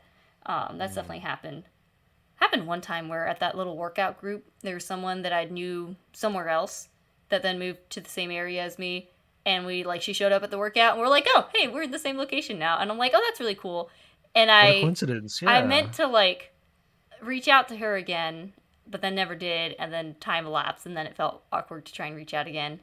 Uh, Oh. and I don't know, Hmm. it's one of those things where it's like it didn't happen, but there's plenty of other people I'm trying to keep up with. Like I like keeping up with people, and like There's a lot. there's a It takes lot a of lot of people. I time. want all these friends. That's why I set aside like a whole day to Gosh, like, I catch need up like with 2 other days people. or more. I don't know. Like there's only Give me so a many whole people week. though that you can keep up with, and the mutual interests. Like Yeah. you know, Yeah. I never reached out to them, but they never reached out to me. And I have other people to keep up with, so I don't know. It's, again, I like to enjoy the interaction sort of on its own in some, like, where I don't put too much expectation. I think, too, like, if you have been too strong, where you, like, meet someone and then you're, like, in your head, like, oh, we're gonna be BFFs, and then you have a couple more interactions that's like, oh, we actually don't vibe on Get that along level. that well. Yeah. You gotta kind of, like, step outside of yourself a little bit and not put too much pressure on yourself or on them, and kind of enjoy the moment and getting to know them. I think sometimes I get too in my head telling, like, a story, and I forget to kind of be in the moment. Yeah. Those are the times where I'm like, maybe I need to calm down. Talking too much. That would be my tip, though. You touched on it at the end there. It's like, Oh yeah, I forgot you were supposed to be giving small talk tips. Yes, small talk. So when it comes to small talk, I don't like going with the generic questions most of the time too much. Like if there's a patient, depending on when they came in to our floor, I would be like, "Oh, how long were you in the ED for?" That's usually my go-to question, especially if they're new to the floor, because everyone's had to wait. I could assume that they had to wait at the ED for a while, and or if let's say it's like an informal gaming group. Oh, like, oh, what got you into this game? Something that kind of goes to the source of the prerequisite of the scenario. Does that make sense? Like, all right, if I'm gonna meet someone in the hospital and they're a patient and I'm their provider, they're gonna have to have gone through certain things. If I meet someone in a gaming group, they're gonna have to have done certain things, to learn about the game, go through the ED, whatever. And what helps me out is trying to fill in the gaps. I kind of imagine like, all right, I visualize what kind of brought you in to either the game or the hospital or whatever, and I fill the gaps in. Those are my starting things for like questions, but you need to be able to kind of give yourself into that scenario. And what I think helps, I think I talked about this before on my own thing, and it's the last thing you mentioned, having a certain expectation and tempering it, because some people, they go into a relationship or a connection and they're like, they expect us they expect something, whether it be to continue in the future, whether it's going to be like a regular thing, whatever. And not having any expectations and just enjoying something in the moment, I find makes things much smoother. At least that's my approach. Yeah. Yeah.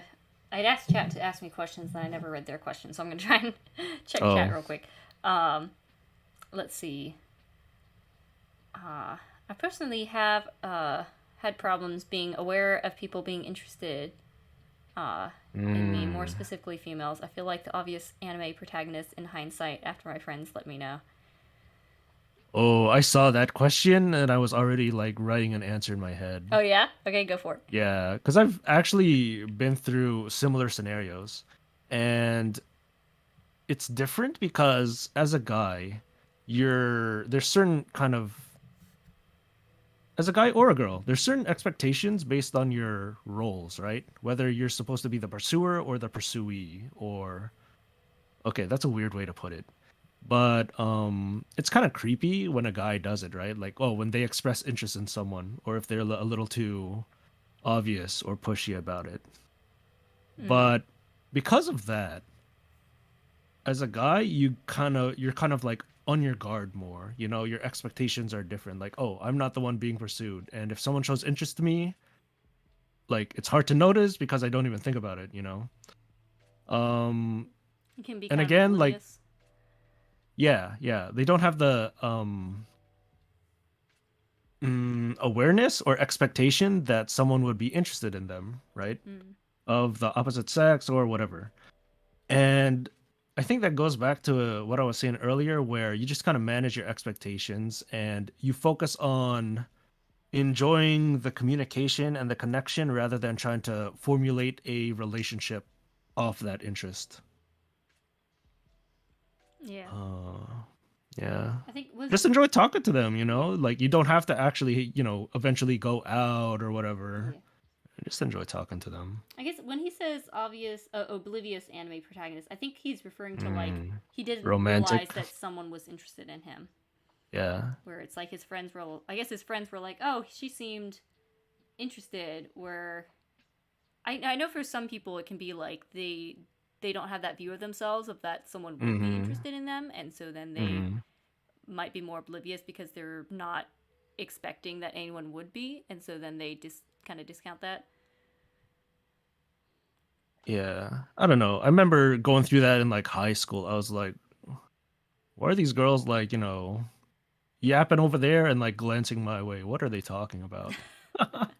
But like if one of them approaches you, if someone approaches you, just, talk to them. Enjoy the conversation, whether they become your girlfriend, whether you're interested in them being your girlfriend, whatever. It Mm-hmm. doesn't matter. Like if you remove the expectation of a certain level of a relationship from the interaction, you're able to just focus on the interaction itself. And you could just, be natural, enjoy just talking to Yeah, them. I think there's Mm. sort of a what's the word?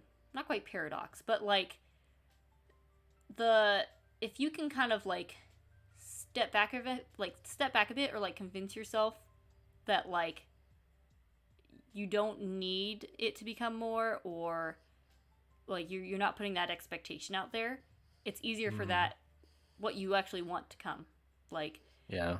I don't know if talking about more like relationships, like the eros, romantic Yeah. relationships, girls can smell desperation. So if you like approach them with this expectation and this like, you know, sort of what's the word, like projecting that wish on them, Hmm. it's off-putting, and so you I have feel like to. most people can detect that no matter what. Like, all right, let's say a guy approached me and I could kind of tell if, people can tell on a subconscious level, like, if they want something from you rather than to just, enjoy the time. Mhm. Like, someone comes up to you and they're like, oh, hey, do you want to play Destiny 2?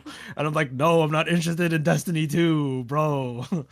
Cut that out. And I don't even know them that well. Just as a random example. Mhm. Nothing currently happening right now that alludes to that actually having been said. Now that's sus. People very specific. But people can kind of suss out whether it's like, oh, I want to talk to this person because I want to be in a relationship with them, or oh, I want to talk to this person because I expect something out of them. Like people can kind of tell, and removing that expectation if you're the one being approached, or if you're the one approaching, will help out in that Yeah, smoothness. because that expectation is still focusing on yourself. Like you want that, and it's Yeah, not focusing on what can I give. I guess. yeah. Yeah, I think someone. What was it? What was the thing? I'm not naturally empathetic. I'm a good listener, but I struggle to not try and look for solutions. I consider myself empathetic, but it's also Mm, it's hard to not try and fix things right away, because it's like you see a friend or someone hurting, you want to fix it, but sometimes yeah, that's not that what they isn't what you need. need. That's not what they need in that moment. Sometimes, if I'm not sure, I will ask. I will put it very clearly, like, oh, do you want a solution or do you want like to just vent? Like, Yeah. okay, maybe not that like extremely directly, but I'm like, all right, Sometimes though, like depending on your what do you need to relationship, like ask? sometimes it is like, hey, what do you What need do you need me right to now? do? Yeah, what like you know Yeah, what do you need from me right now? Like not in a yeah, like sarcastic way, but like, hey, like yeah, what would be more helpful? How can I support you? yeah. I'd Like, be do you just like, need to kind of like talk your feelings out and like process this mhm, by speaking it to me? Or yeah, are you looking for feedback or something like that? And like, yeah, if you've yeah, got a, yeah. you know, the the stronger you've built that intimacy in like either friendship or romantic relationship, and the clearer like the stronger the intimacy and honesty and communication, the easier it is to like communicate in that way. I'm always, I guess at this point, I've been just very direct when it comes to that sort of thing. I've heard as you Man, get I'm thinking older, of so many you have less like hesitations about yeah, it. Yeah. Yeah. where it's like you don't want to beat around the bush. Like, I know that I'm aware that, sometimes people want to vent, sometimes they actually want a solution. And sometimes being clear about you not knowing which one or the other that they need at the moment, like, sometimes that helps out. Yeah. Let's see, got another question that says, have you touched on relationship with introverts? Like, what should they Oh, look yeah. for as an extrovert? Should I look for an introvert? I think it depends, because I think I saw someone else say, where was it? What was it? They were like on a trip with an extroverted friend, and by the end of it, they were like really like fed up and like, I just need a minute by myself. They were tired out. Here it is. Tal says, I always think if there's a problem, we should fix. Wait, no, that was the wrong one. I think it was Tal that said it. Or someone else. But yeah, like I guess, like I said, Milliardo's an introvert, and so I guess when it comes to extroverts and introverts interacting, I know that he needs space, like even just from our family unit. Sometimes he needs space to just kind of go off and do his hobby and have that time to decompress and recharge. Yeah. I hanging out with people. So I never recharge. I'm constantly empty. No, bro. Take care of yourself or else. Okay. So there's times as far as like, that sorry. Yeah. So there's times where it's like I don't know, kind of understanding the different energy levels or what spends their like energy when it comes to like an introvert and an extrovert being friends or in a relationship. Just kind of helps have that kind of clear communication and understanding of like him going and hanging out with people. Like we go to a party together, like the young adult game nights or whatever, which don't actually have that many games. It's such a big group now that it's mostly like hanging out, talking, eating a lot of food, maybe playing. We have this one really funny game we always play that's like this sort of mix of charades and different stuff. We often play Mafia around the bonfire, which is fun. Anyway, it's a pretty big party. Fun. It's mostly just hanging out and talking. He always goes and finds the like two people he knows and wants to go talk to them, and I bounce around and talk to everyone. Yeah, very different styles. Yeah. It is nice though, because like I've had several friends that like have said they appreciate how much I talk, because then it's easy to talk to me because I do all the talking. Man, one of my friends like and again, I say friends for pretty much anyone. This lady in particular, like we haven't like specifically like planned to hang out like one-on-one, but we've seen each other. We're both in like mops, and I was like walking by and she was talking to someone, and I kind of interjected something into the conversation, talking about high blood pressure and pregnancy, where hypertension, just something about that. And I made a comment of, there's one time, because usually at your visits during your pregnancy, they'll take your blood pressure, kind of help keep an eye on everything. And one time I went, and my midwife took my blood pressure, and then it was kind of high, and she's like, okay, sit there and stop talking, because I'd just been talking about my book. So I'd just been sitting there talking about my book and getting all hyped up, and so my blood pressure was kind of high, so she was like, sit there, stop talking, and I'll take it again. Did it drop like 10 points? And then she took it again, it was fine. And so I made, commented that small story, and my friend was like, that's so you. And I'm like, I don't consider, I consider her more of an acquaintance. She's pretty cool, though, we have, a lot to relate on. But I haven't, had lengthy conversations with her most of the time, but apparently my impression is still enough that it's like, oh, that's totally you, that you would talk so much you'd raise your blood pressure. And I'm like, wow. Oh, interesting. Wow.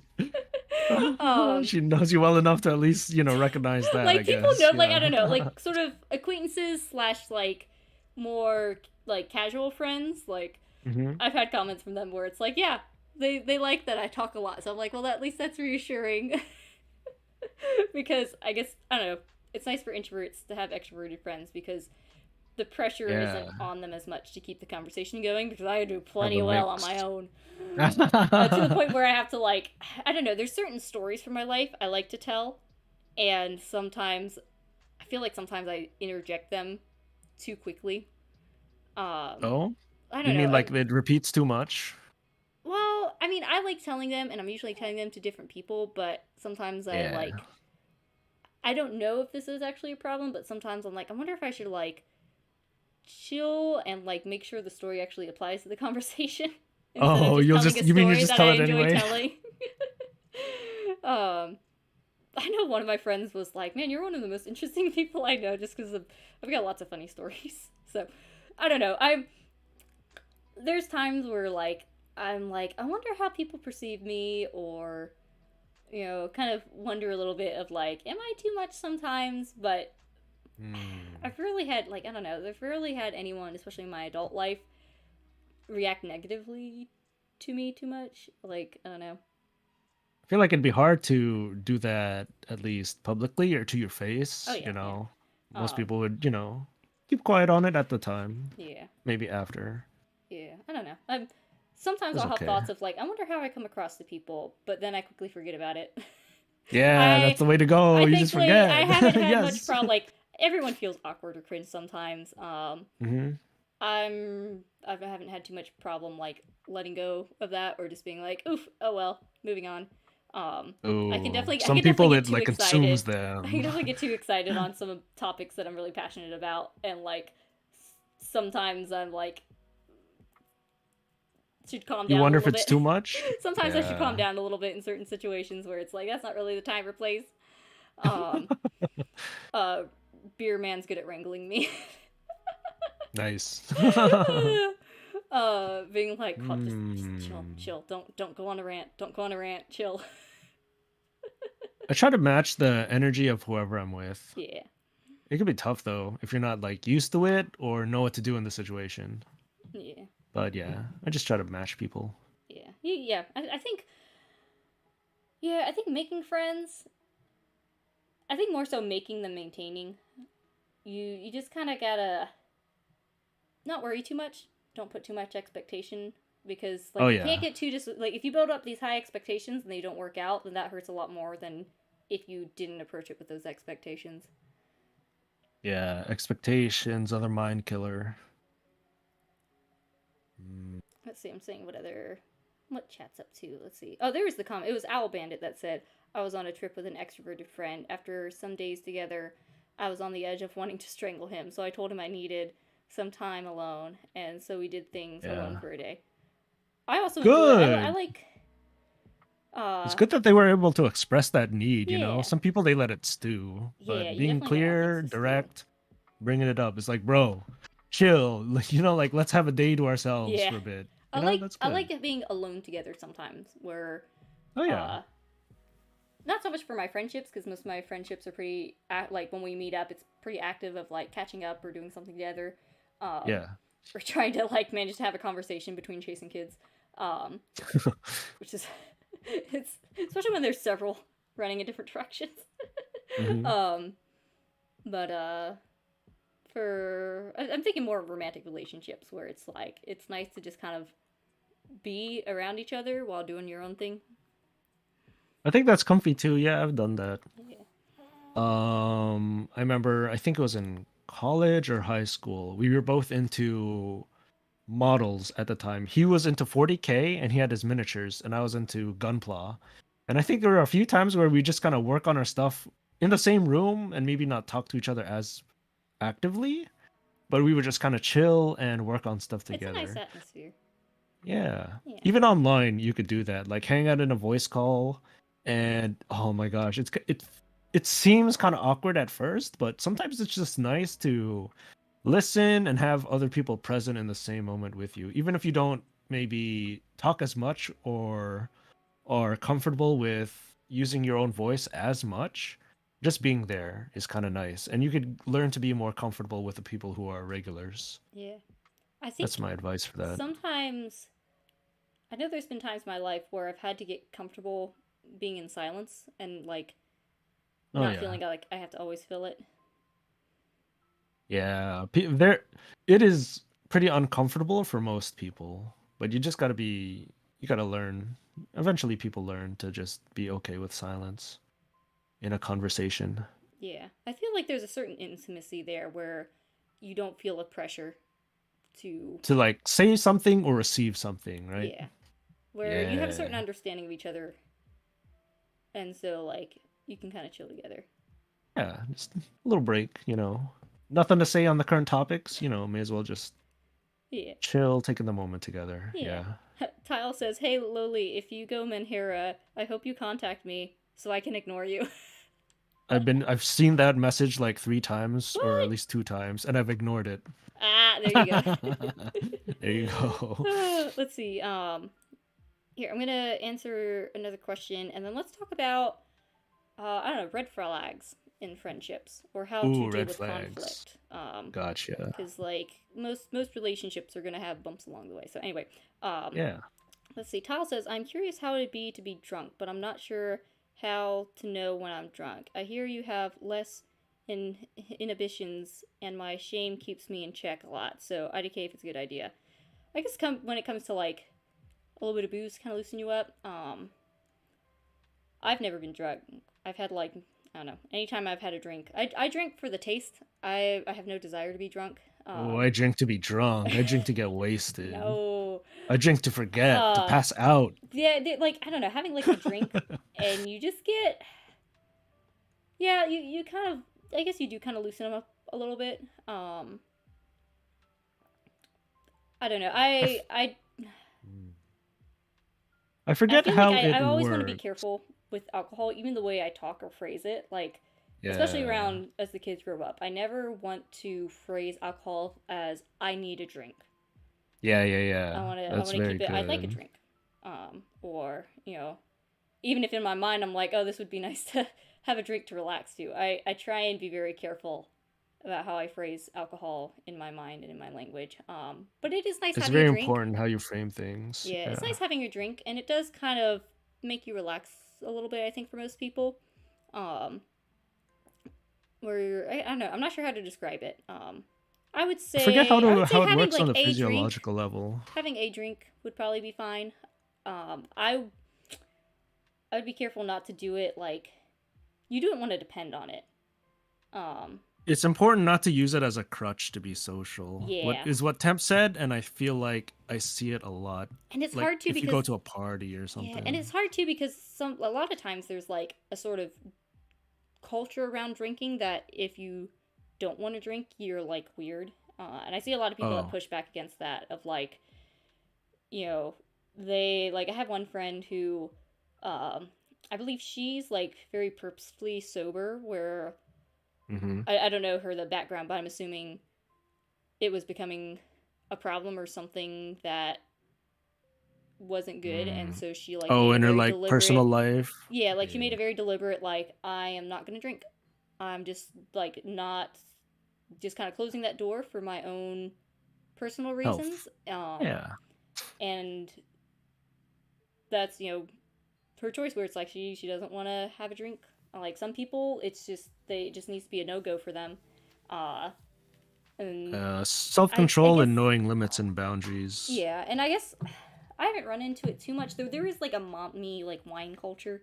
Um, Mm-hmm. my circles don't really fall into that because that's also a slippery slope of like oh, Yeah. always having your glass of wine at the end of the day, or your mommy's special juice or things. I don't know. I see alcohol as It's a very slippery slope if you oh my gosh. phrase it If you let it be it, phrase it yeah. in your mind wrong. Because it's addictive and it can really I don't know. I know If you my frame it as dad. a necessity, that's Yeah, dangerous. yeah, definitely. I know my dad as like talked to me one time of like you really I think some of like his side of the family were alcoholics or Uh whatever. He'd had some experience or knowledge of just like how bad it can mess you up, and so he yes, really like yes. impressioned into me like be careful with it. Like, don't Yeah. let it become a slippery slope. Like, have like one drink, be good with that. Like, don't let it, like, that's why I'm like, I don't want to get drunk. That doesn't sound fun. Like, Stick to your limits, yeah. yeah.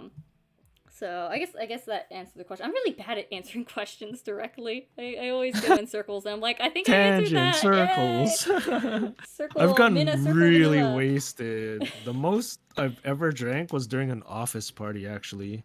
It was a good I think financial fiscal year for the big boss. And he was forcing everyone to drink. And I was at the bottom of the totem pole at that company. And he was like, yo, kept passing me glasses.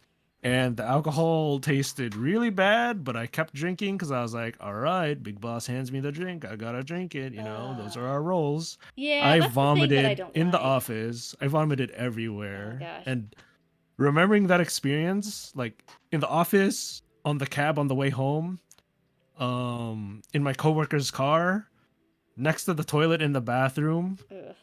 not in the toilet, Yeah. but remembering that experience, I was like, yeah. That's Once you've reached it that bad, you're like, okay, maybe cut back a little bit. Know your yeah, that's limits. hard too because like I was saying, like a sort of social pressure and expectation to consume so much Yeah. alcohol that you have to go through that is it's kind of bleh in my opinion. Yeah. Where it's like, yeah, I don't know. I'm growing up like as a kid. I was hyper. I'm still hyper, but I was like another level. I think. I've mellowed a little bit, just a little bit, but Tiny bit. tiny bit. I can manage myself better. And I used to joke like, oh, it'd be I'm already like at this level like. It'd be crazy if I like I don't want to get drunk because like who knows what kind of level I could get. I just get more sleepy when I'm drunk though.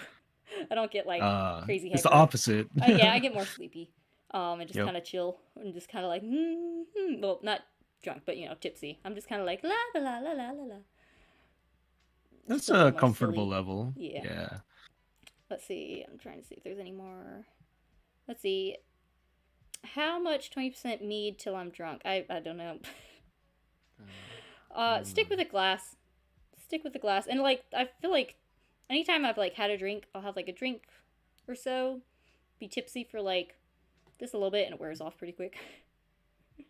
Yeah, it takes a little bit to learn like how much you could drink and be in a comfortable level with, Yeah, I don't like maintaining the that idea good of buzz losing too much control. control. Yeah, Yeah. like there's a nice point of kind of feeling a little more kind of relaxed or just kind of like oh yeah, hanging out. Uh-huh. Um, but I'm Pushing it too still far, it only within gets my bad. limits of like if I need to like you know suddenly kind of like snap back or control myself, I still can.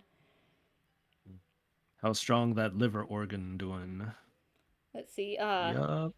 Space Monkey says, I mean, it's okay when you uh, already have a community. Like after training, me and my buddies get drinks after. Our friendship is around that spot. Yeah. Yeah. I think that's, I feel yeah. like as a social thing and just something on the side that helps you be more comfortable, have fun with it, that's okay. Yeah. But if the alcohol is like, is the focus, is the only means of escape, then that's Yeah. bordering on Or addiction. if it's like, you personally are fine with, that's kind of your hub where everyone Yeah. kind of goes up, you have your interactions and sort of bonding when you're training, and then you kind of have your relaxing together with the drink. I think what's hard for a lot of people is if their personal boundary is being sober, that Mhm. I guess it feels like a wet blanket when they don't join in drinking. Yeah. That's where A it little, it becomes. can be a little bit, but sometimes, those are If their you have an principles, they're understanding sticking with group, it. if you have an understanding Yeah. group, but Respect their boundaries. yeah. Yep. Let's see. Yeah.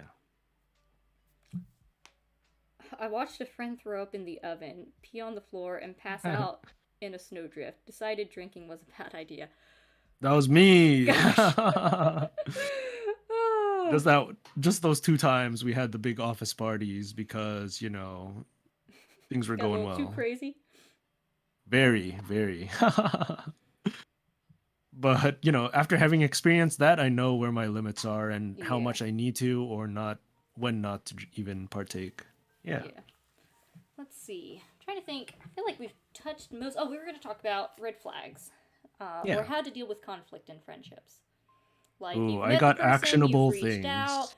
you started Yup. building, your sort of repertoire with each other, or you've got like a deep friendship. It's hard too when you like breaking up a friendship. Have you ever had to like suddenly end a friendship? Like there's a lot of friendships that Yep. different phases of life they kind of drift apart. But what's your experience with having to bow out Break of a connections. connection? Ooh, I'm good Yeah. at this. So it's about boundaries. And if you establish your boundaries and other people break them or constantly toe the line, then I think it's fair to cut connections with them. Mm-hmm. And if you're going to cut connections with someone, you got to be thorough and you got to be consistent. You can't, like, whimsically come in and out of a friend group or whatever and expect things to be the same. If you're going to cut someone out, be thorough.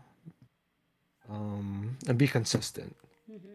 Consistent in your principles. Like, mm, if there's something that is very important to you and close to you, I think it's much better to establish expectations and boundaries early and stick with it. And yeah. And sometimes you need to ask, like, oh, is this okay with you? Kind of feeling out other people's boundaries. Yeah. And, you know, if you're not able to respect it and you don't want to, I guess, then, you could cut that relationship off. I think that's fine. Yeah. Not everything is salvageable or worthy of fostering. Yeah. It is. I'm sure it's hard if you're in like a mutual friend group, or like I know this happens when like a couple breaks up. Like there's a friend group, couple starts dating, and Yeah. then they break up, and then it's kind of It's like messy, not awkward. good. Yeah, yeah, Yeah, yeah. awkward. Like whose side you take, I guess. I don't know. I have never been through something like that, but I know it's a common thing. I refuse to be a part of it. I was like, all right, I'm the type to now say things very clearly. Like, okay, establish expectations and boundaries really clearly. Even if you have to just kind of just put it out there, like, all right, you broke up with this person. Do you still want to hang out? Do you still want to talk? Blah blah blah. Or do you feel too uncomfortable? Like, I'd probably put it that way. Yeah. Real direct. I I'm can okay with only that. I can only think of one time where I like purposely ended a friendship. Uh huh. Um and I forget exactly the details or how much I want to share. It was odd because Mm. it started because he was like interested in me romantically, but I was not. But I was like, hey, we can be friends. Which that's a Ah. whole nother thing of like the friend zone and such, where I think it's really like if you meet someone and you have an interest in Mhm. them, and well, you have an interest in them, and you want to get to know them. I think it's let's see. I'm trying to remember how best to like phrase this. It's like Interested romantically, yeah, like if like people talk explicitly about romantically. people talk about getting stuck in the Hmm. friend zone. I think in a Yeah. way that's most like your own fault, where it's like Mm. both parties like yeah, the Expectations. expectations. It's like if your expectations are mismatched and like Hmm. neither party is going to be satisfied. Like the girl is going to want a friendship from you. You're going to want a relationship from her. Hmm. It's completely reasonable, especially if it's like it's a little more awkward if you're like within a friend group, but if it's just kind of someone you met, it's Yeah. perfectly reasonable to be like, when the girl's like, "Oh, I just want to be friends."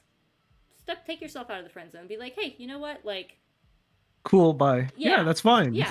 Like, You could if either the keep her as a expectations friend, were mismatched, like, I or don't yeah, like, don't hang on, being like, "Oh, things will change. things will I'll win her change." over. Um, Yeah, I've been there. yeah, I've you seen don't want that to simp. Don't be a happen. simp.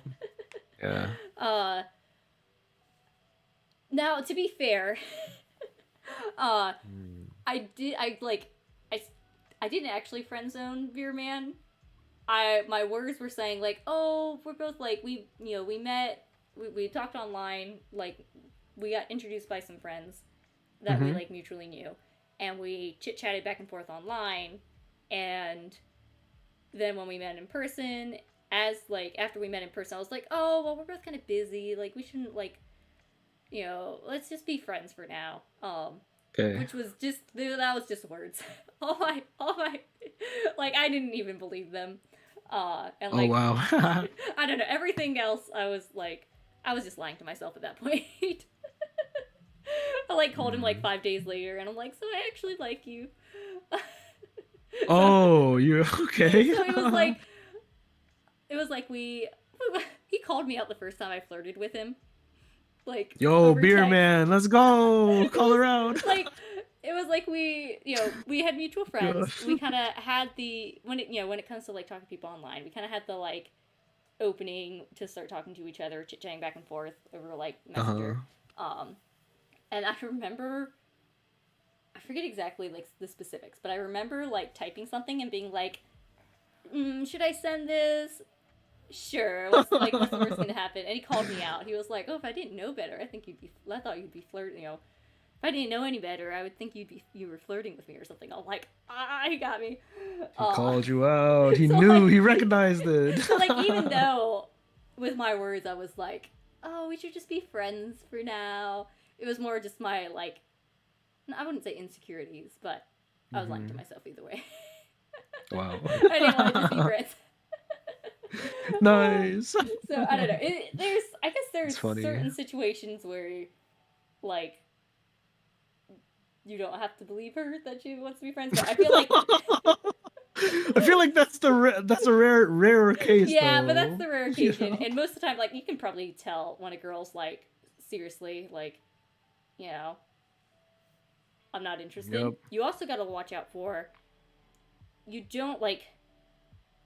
If a like, I don't even know if like I don't personally know of any situations like this, but I can imagine it's common where it's like the girl's like, "Oh, I just want to be friends." But then she's able to take advantage of that emotional attachment that the guy that wanted a relationship has, where he becomes the simp, String where them she's getting along. all this like emotional support from him, but she's And not giving attention. the same in return. Yup. You know what I mean? Yup. And so Yup. you gotta That's watch all out I for can that. say for that. Hey! I won't make you reveal your backstory. It's okay. I don't know. What other red Yeah. flags would you watch out for? Ooh. I think an unevenness in who approaches who. I think that's also kind of a not really like a red flag, but a little bit of a warning. Like if one person is always the one to instigate a conversation or an event, I mean, of course it depends, you know. But if it's always one person reaching out, either you or the other person, One person carrying the friendship, yeah, and it's then like you're maybe always it's putting in the not, work. yeah, maybe it's not gonna work out, you know? But maybe, you know, that's just how they function. Or It maybe you depends. adjust your expectation and kind of scale back, where it's like maybe they're not reciprocating those deeper friendship level that you were trying to initiate. So you kind of scale back, and Yep. it's like okay, like Oh yeah. I guess we're just kind of at this more casual friend level, and you maybe don't Yeah. like drop them, but you kind of reset your expectation about where you're at. Oh, speaking of red flags and expectations, I think that could be a big one. I was reviewing this notes on that PDF I sent you, and one of the sections is what is it? Resolving problems. And I skimmed it. There's 4 bullet points, and the most important one I found is that if you're having a tense conversation about something, you know, someone or both people are upset at something, if you want to talk it out, you need to use I statements. And this is something Mm. that's actionable and that I try to remember actively.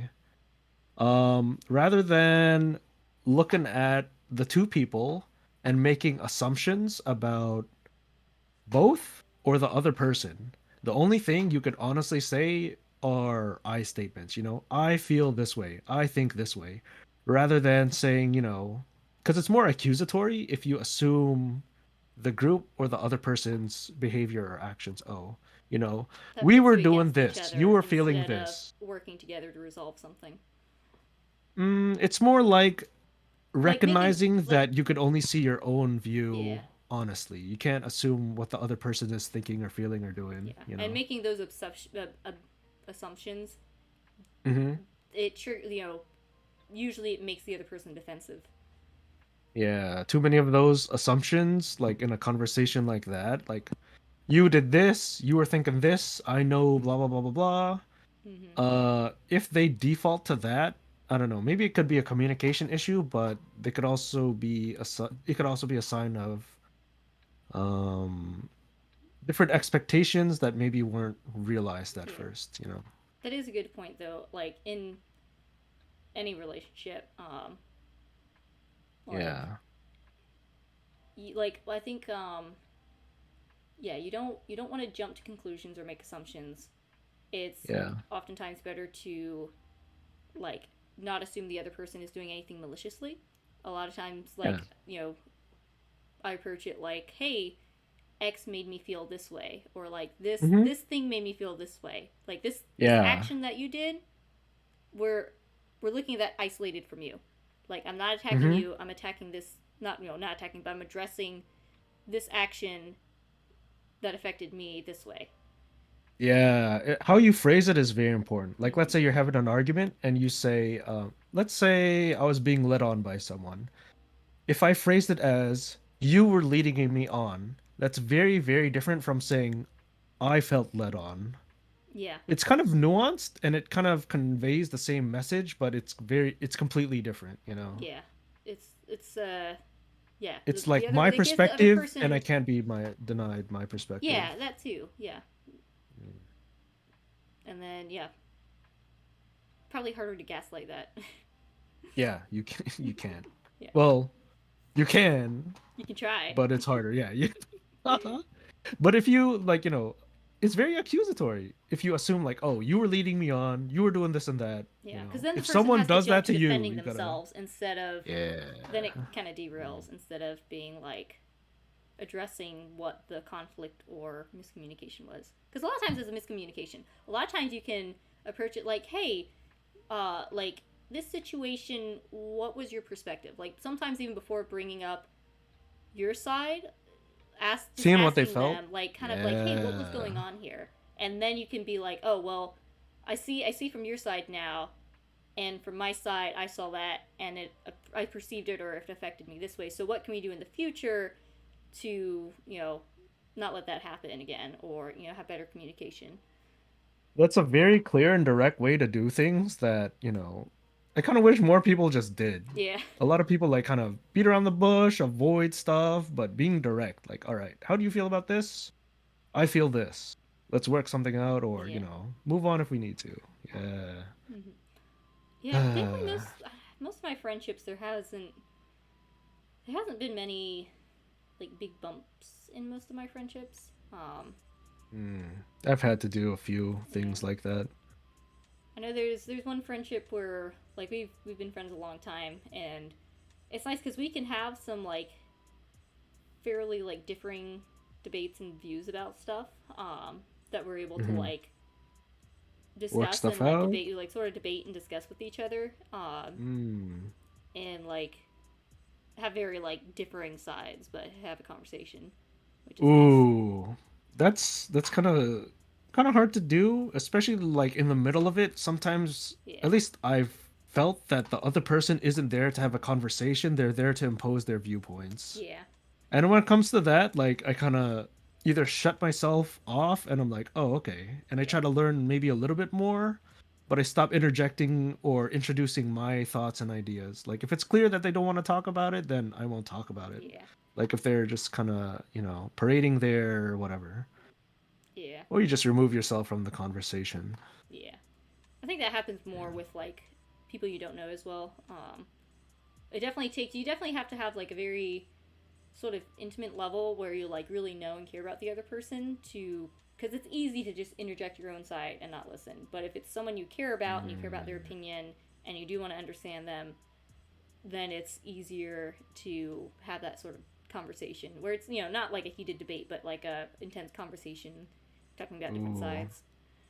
I feel like at least around the parts of the internet I've been in and the friends I and people I've met online, it's very easy to just kind of type whatever you're thinking and feeling and kind of impose your ego or Mm-hmm. identity.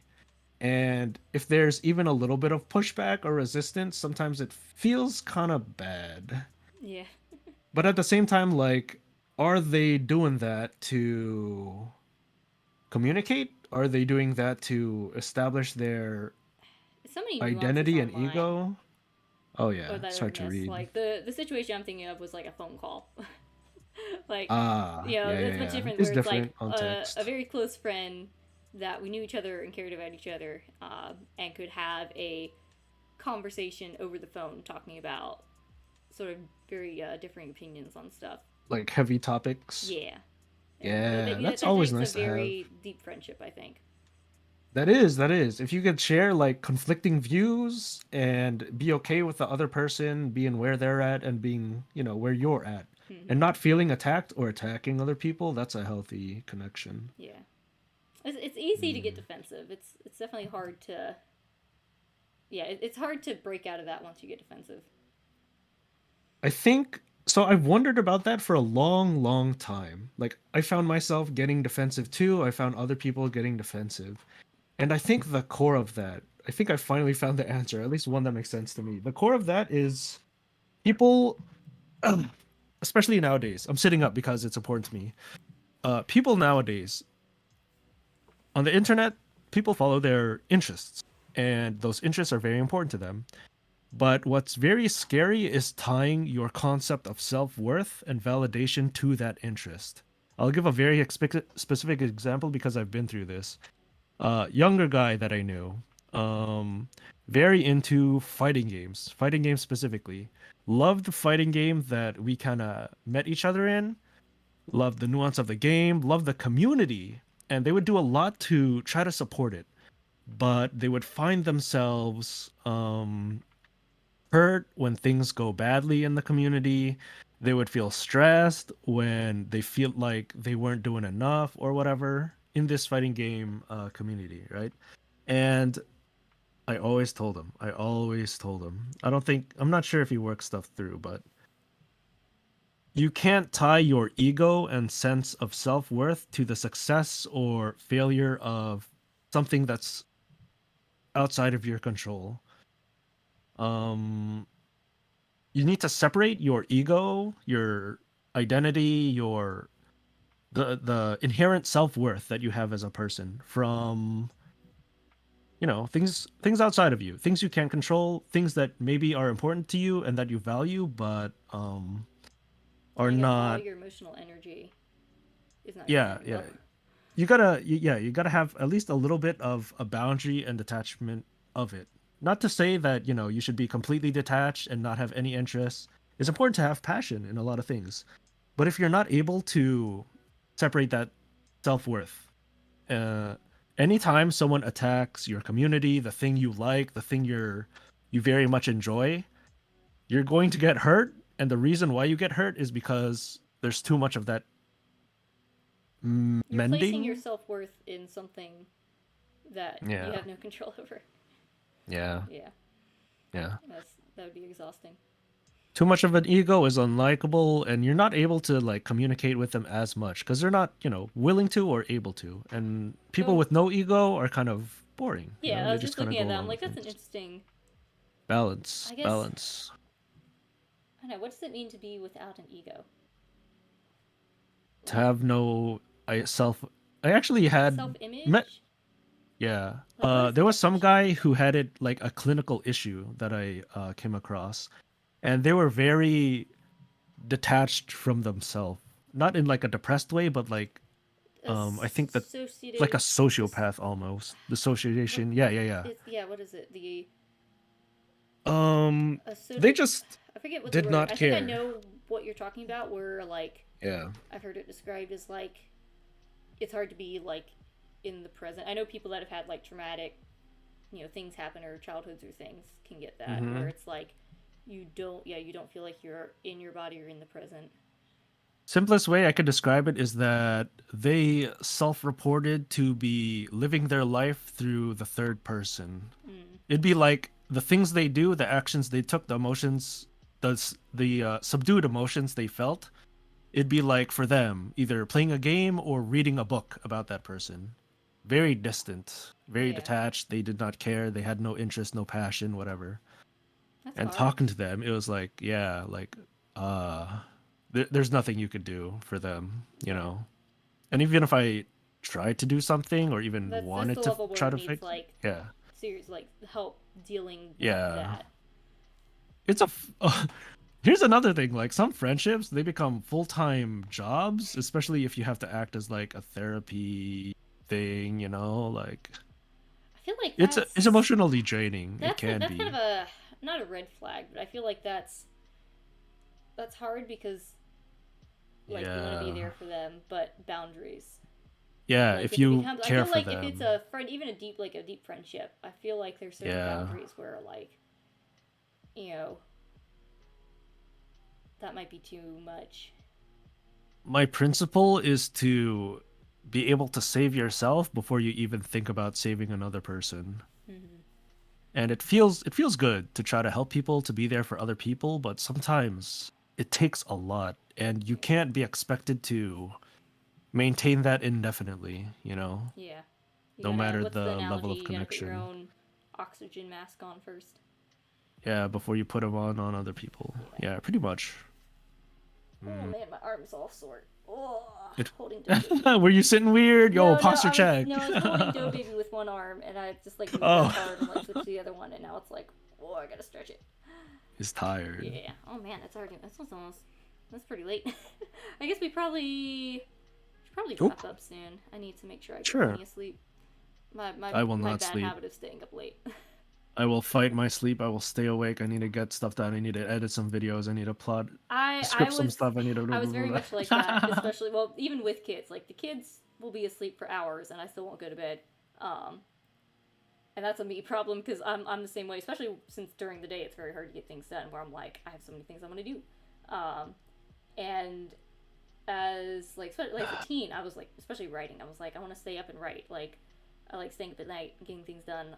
And it's right now like in where I'm at, like kind of more immediately in time, I really need to cut back on my expectations and like just do the bare Mm, minimum. Because it's kind of like a super busy time and a lot going on.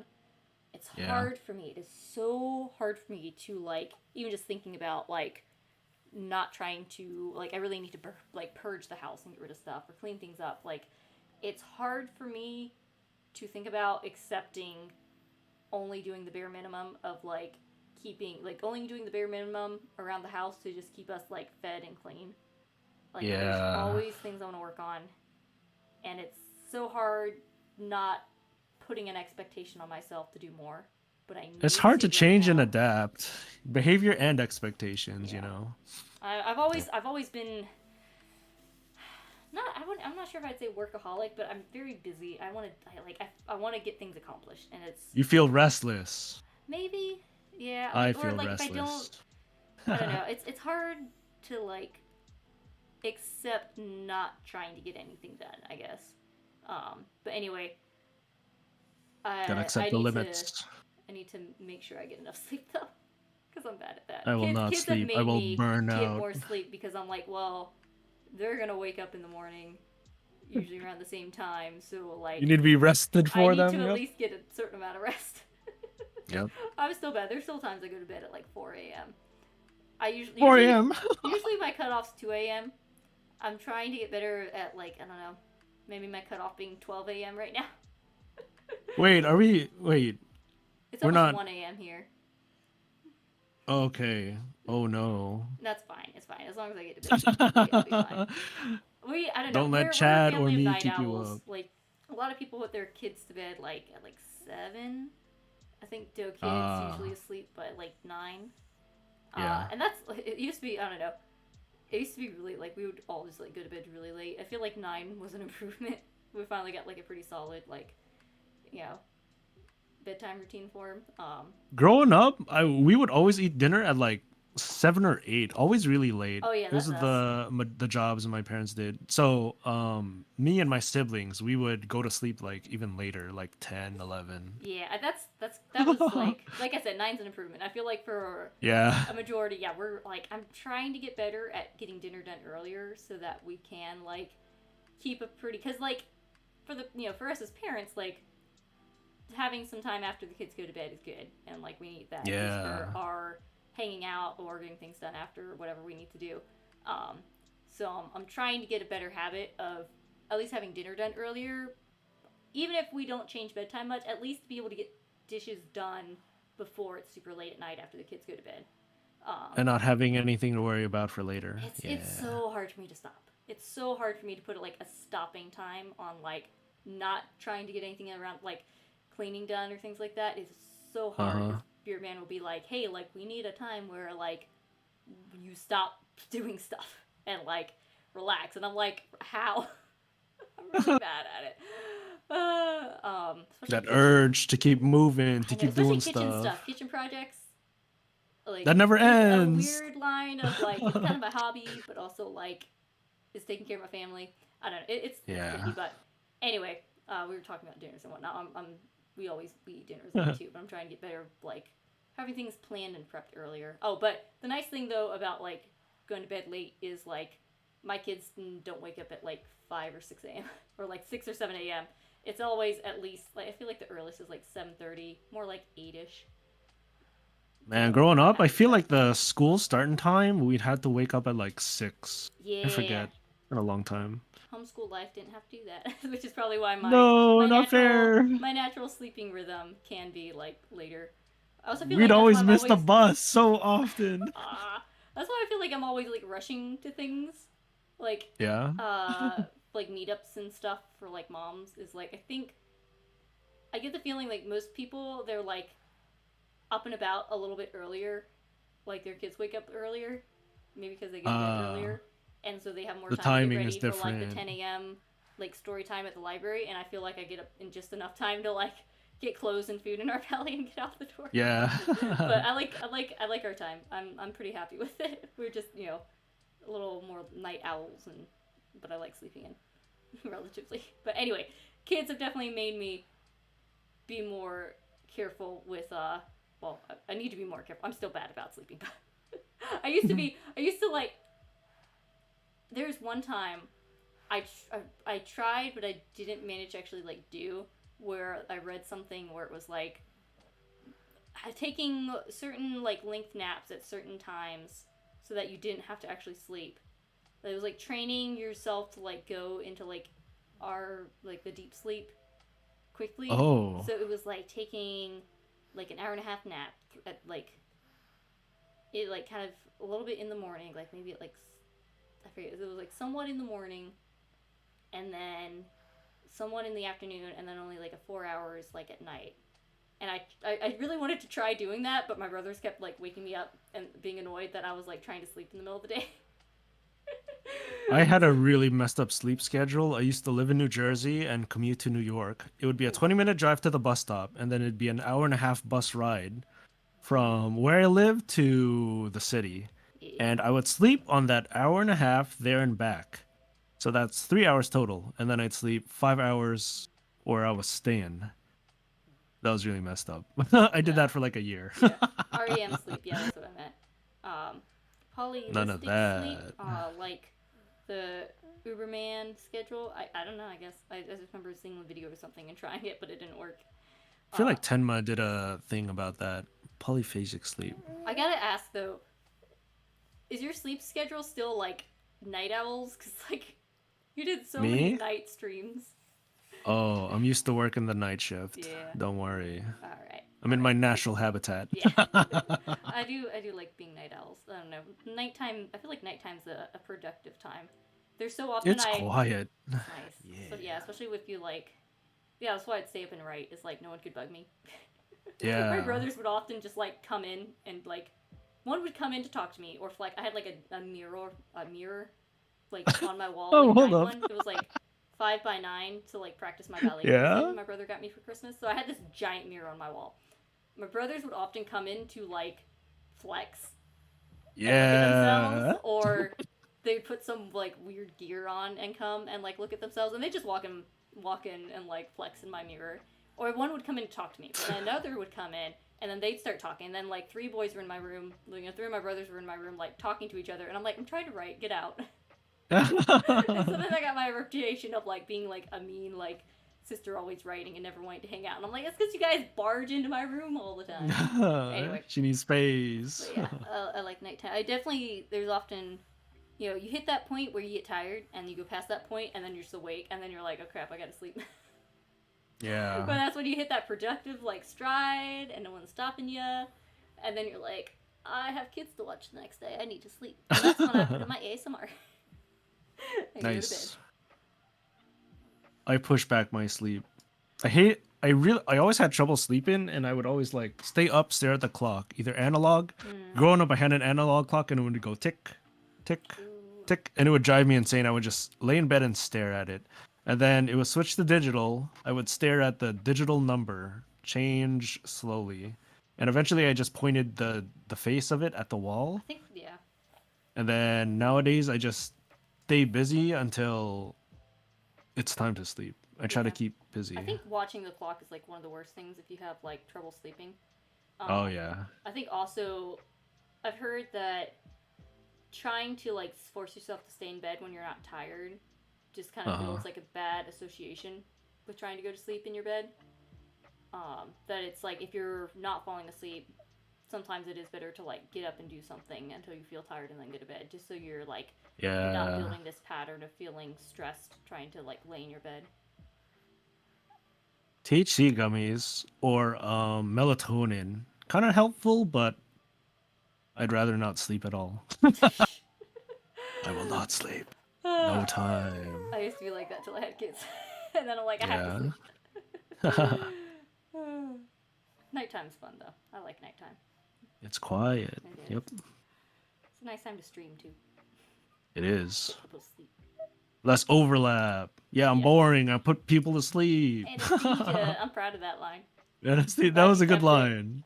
Yes. I definitely it's want too to good. write a rap sometime. Maybe I'll do like a poem stream. I think it'd be fun to do a rap stream too. Oh yeah. Yeah, you don't really see a lot of you see a lot of artists because it's very closely associated to VTubers and the making of VTubers, right? Mm-hmm. A lot of artists become VTubers, a lot of VTubers, draw and stream. But I can't think of many that write, I really need to get back to creatively my or writing, whatever. and I feel like if I'm making time to stream, I might as well like try and fit in. I don't know. Yeah. I also thought about doing like a writing stream where I do flash fiction, where it's like 100 words or less, and talk. Ooh, Kind interesting. of refresh myself a little bit and like talk to Chad about like story structure or Mm-hmm. what makes a plot or different little things. I don't know. We need to do That'd be really some interesting. little Yeah. creative writing from an author. Yeah. Yeah. It's fun. I miss writing. I need to figure out how to get that back in my life. One day at a time. Yo, make content out of the process. Yeah, Let's exactly. go. Yeah. So yeah, right now life's super busy. So just once a week for me. But next week, chat, I'll be doing a collab with Nyana and Sena. The cooking. That sounds really Yeah. fun. I'll try to watch that. To be able to do the collab, we have to do it earlier in the day when dough babies are awake. So I'm gonna be trying to coach Nyana through how to make it. So I'll be there, but I won't be able to like hand cam or anything. I'll be there as Yeah. like moral support and trying to keep Nyana from cutting herself or burning something down. She scared me that last time with that bread knife. She only had a bread knife. I hope she bought more knives. You need different knives for different She things. was Yeah. cutting potatoes with a bread knife, man.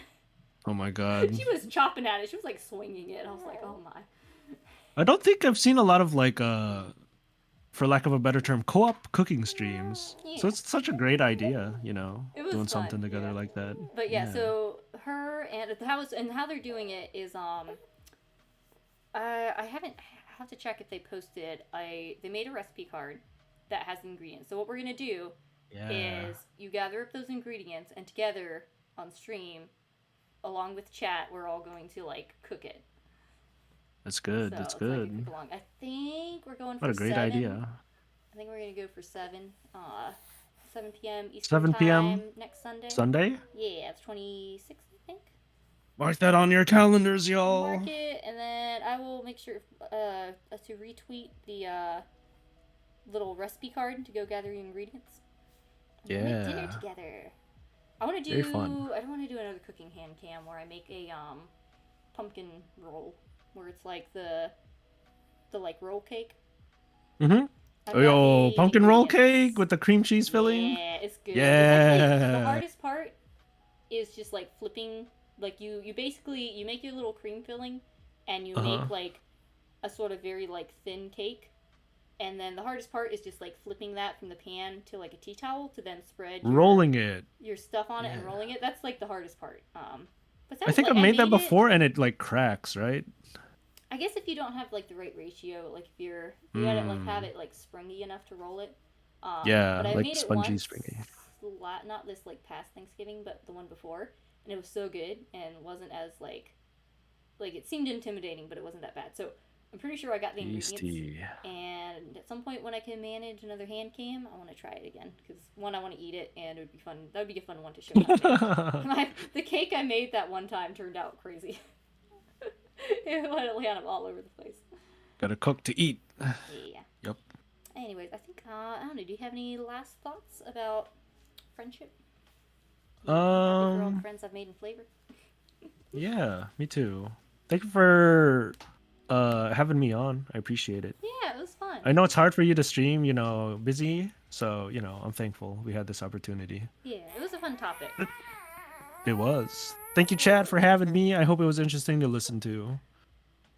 I'll hop off here and leave y'all with baked fresh. Yeah.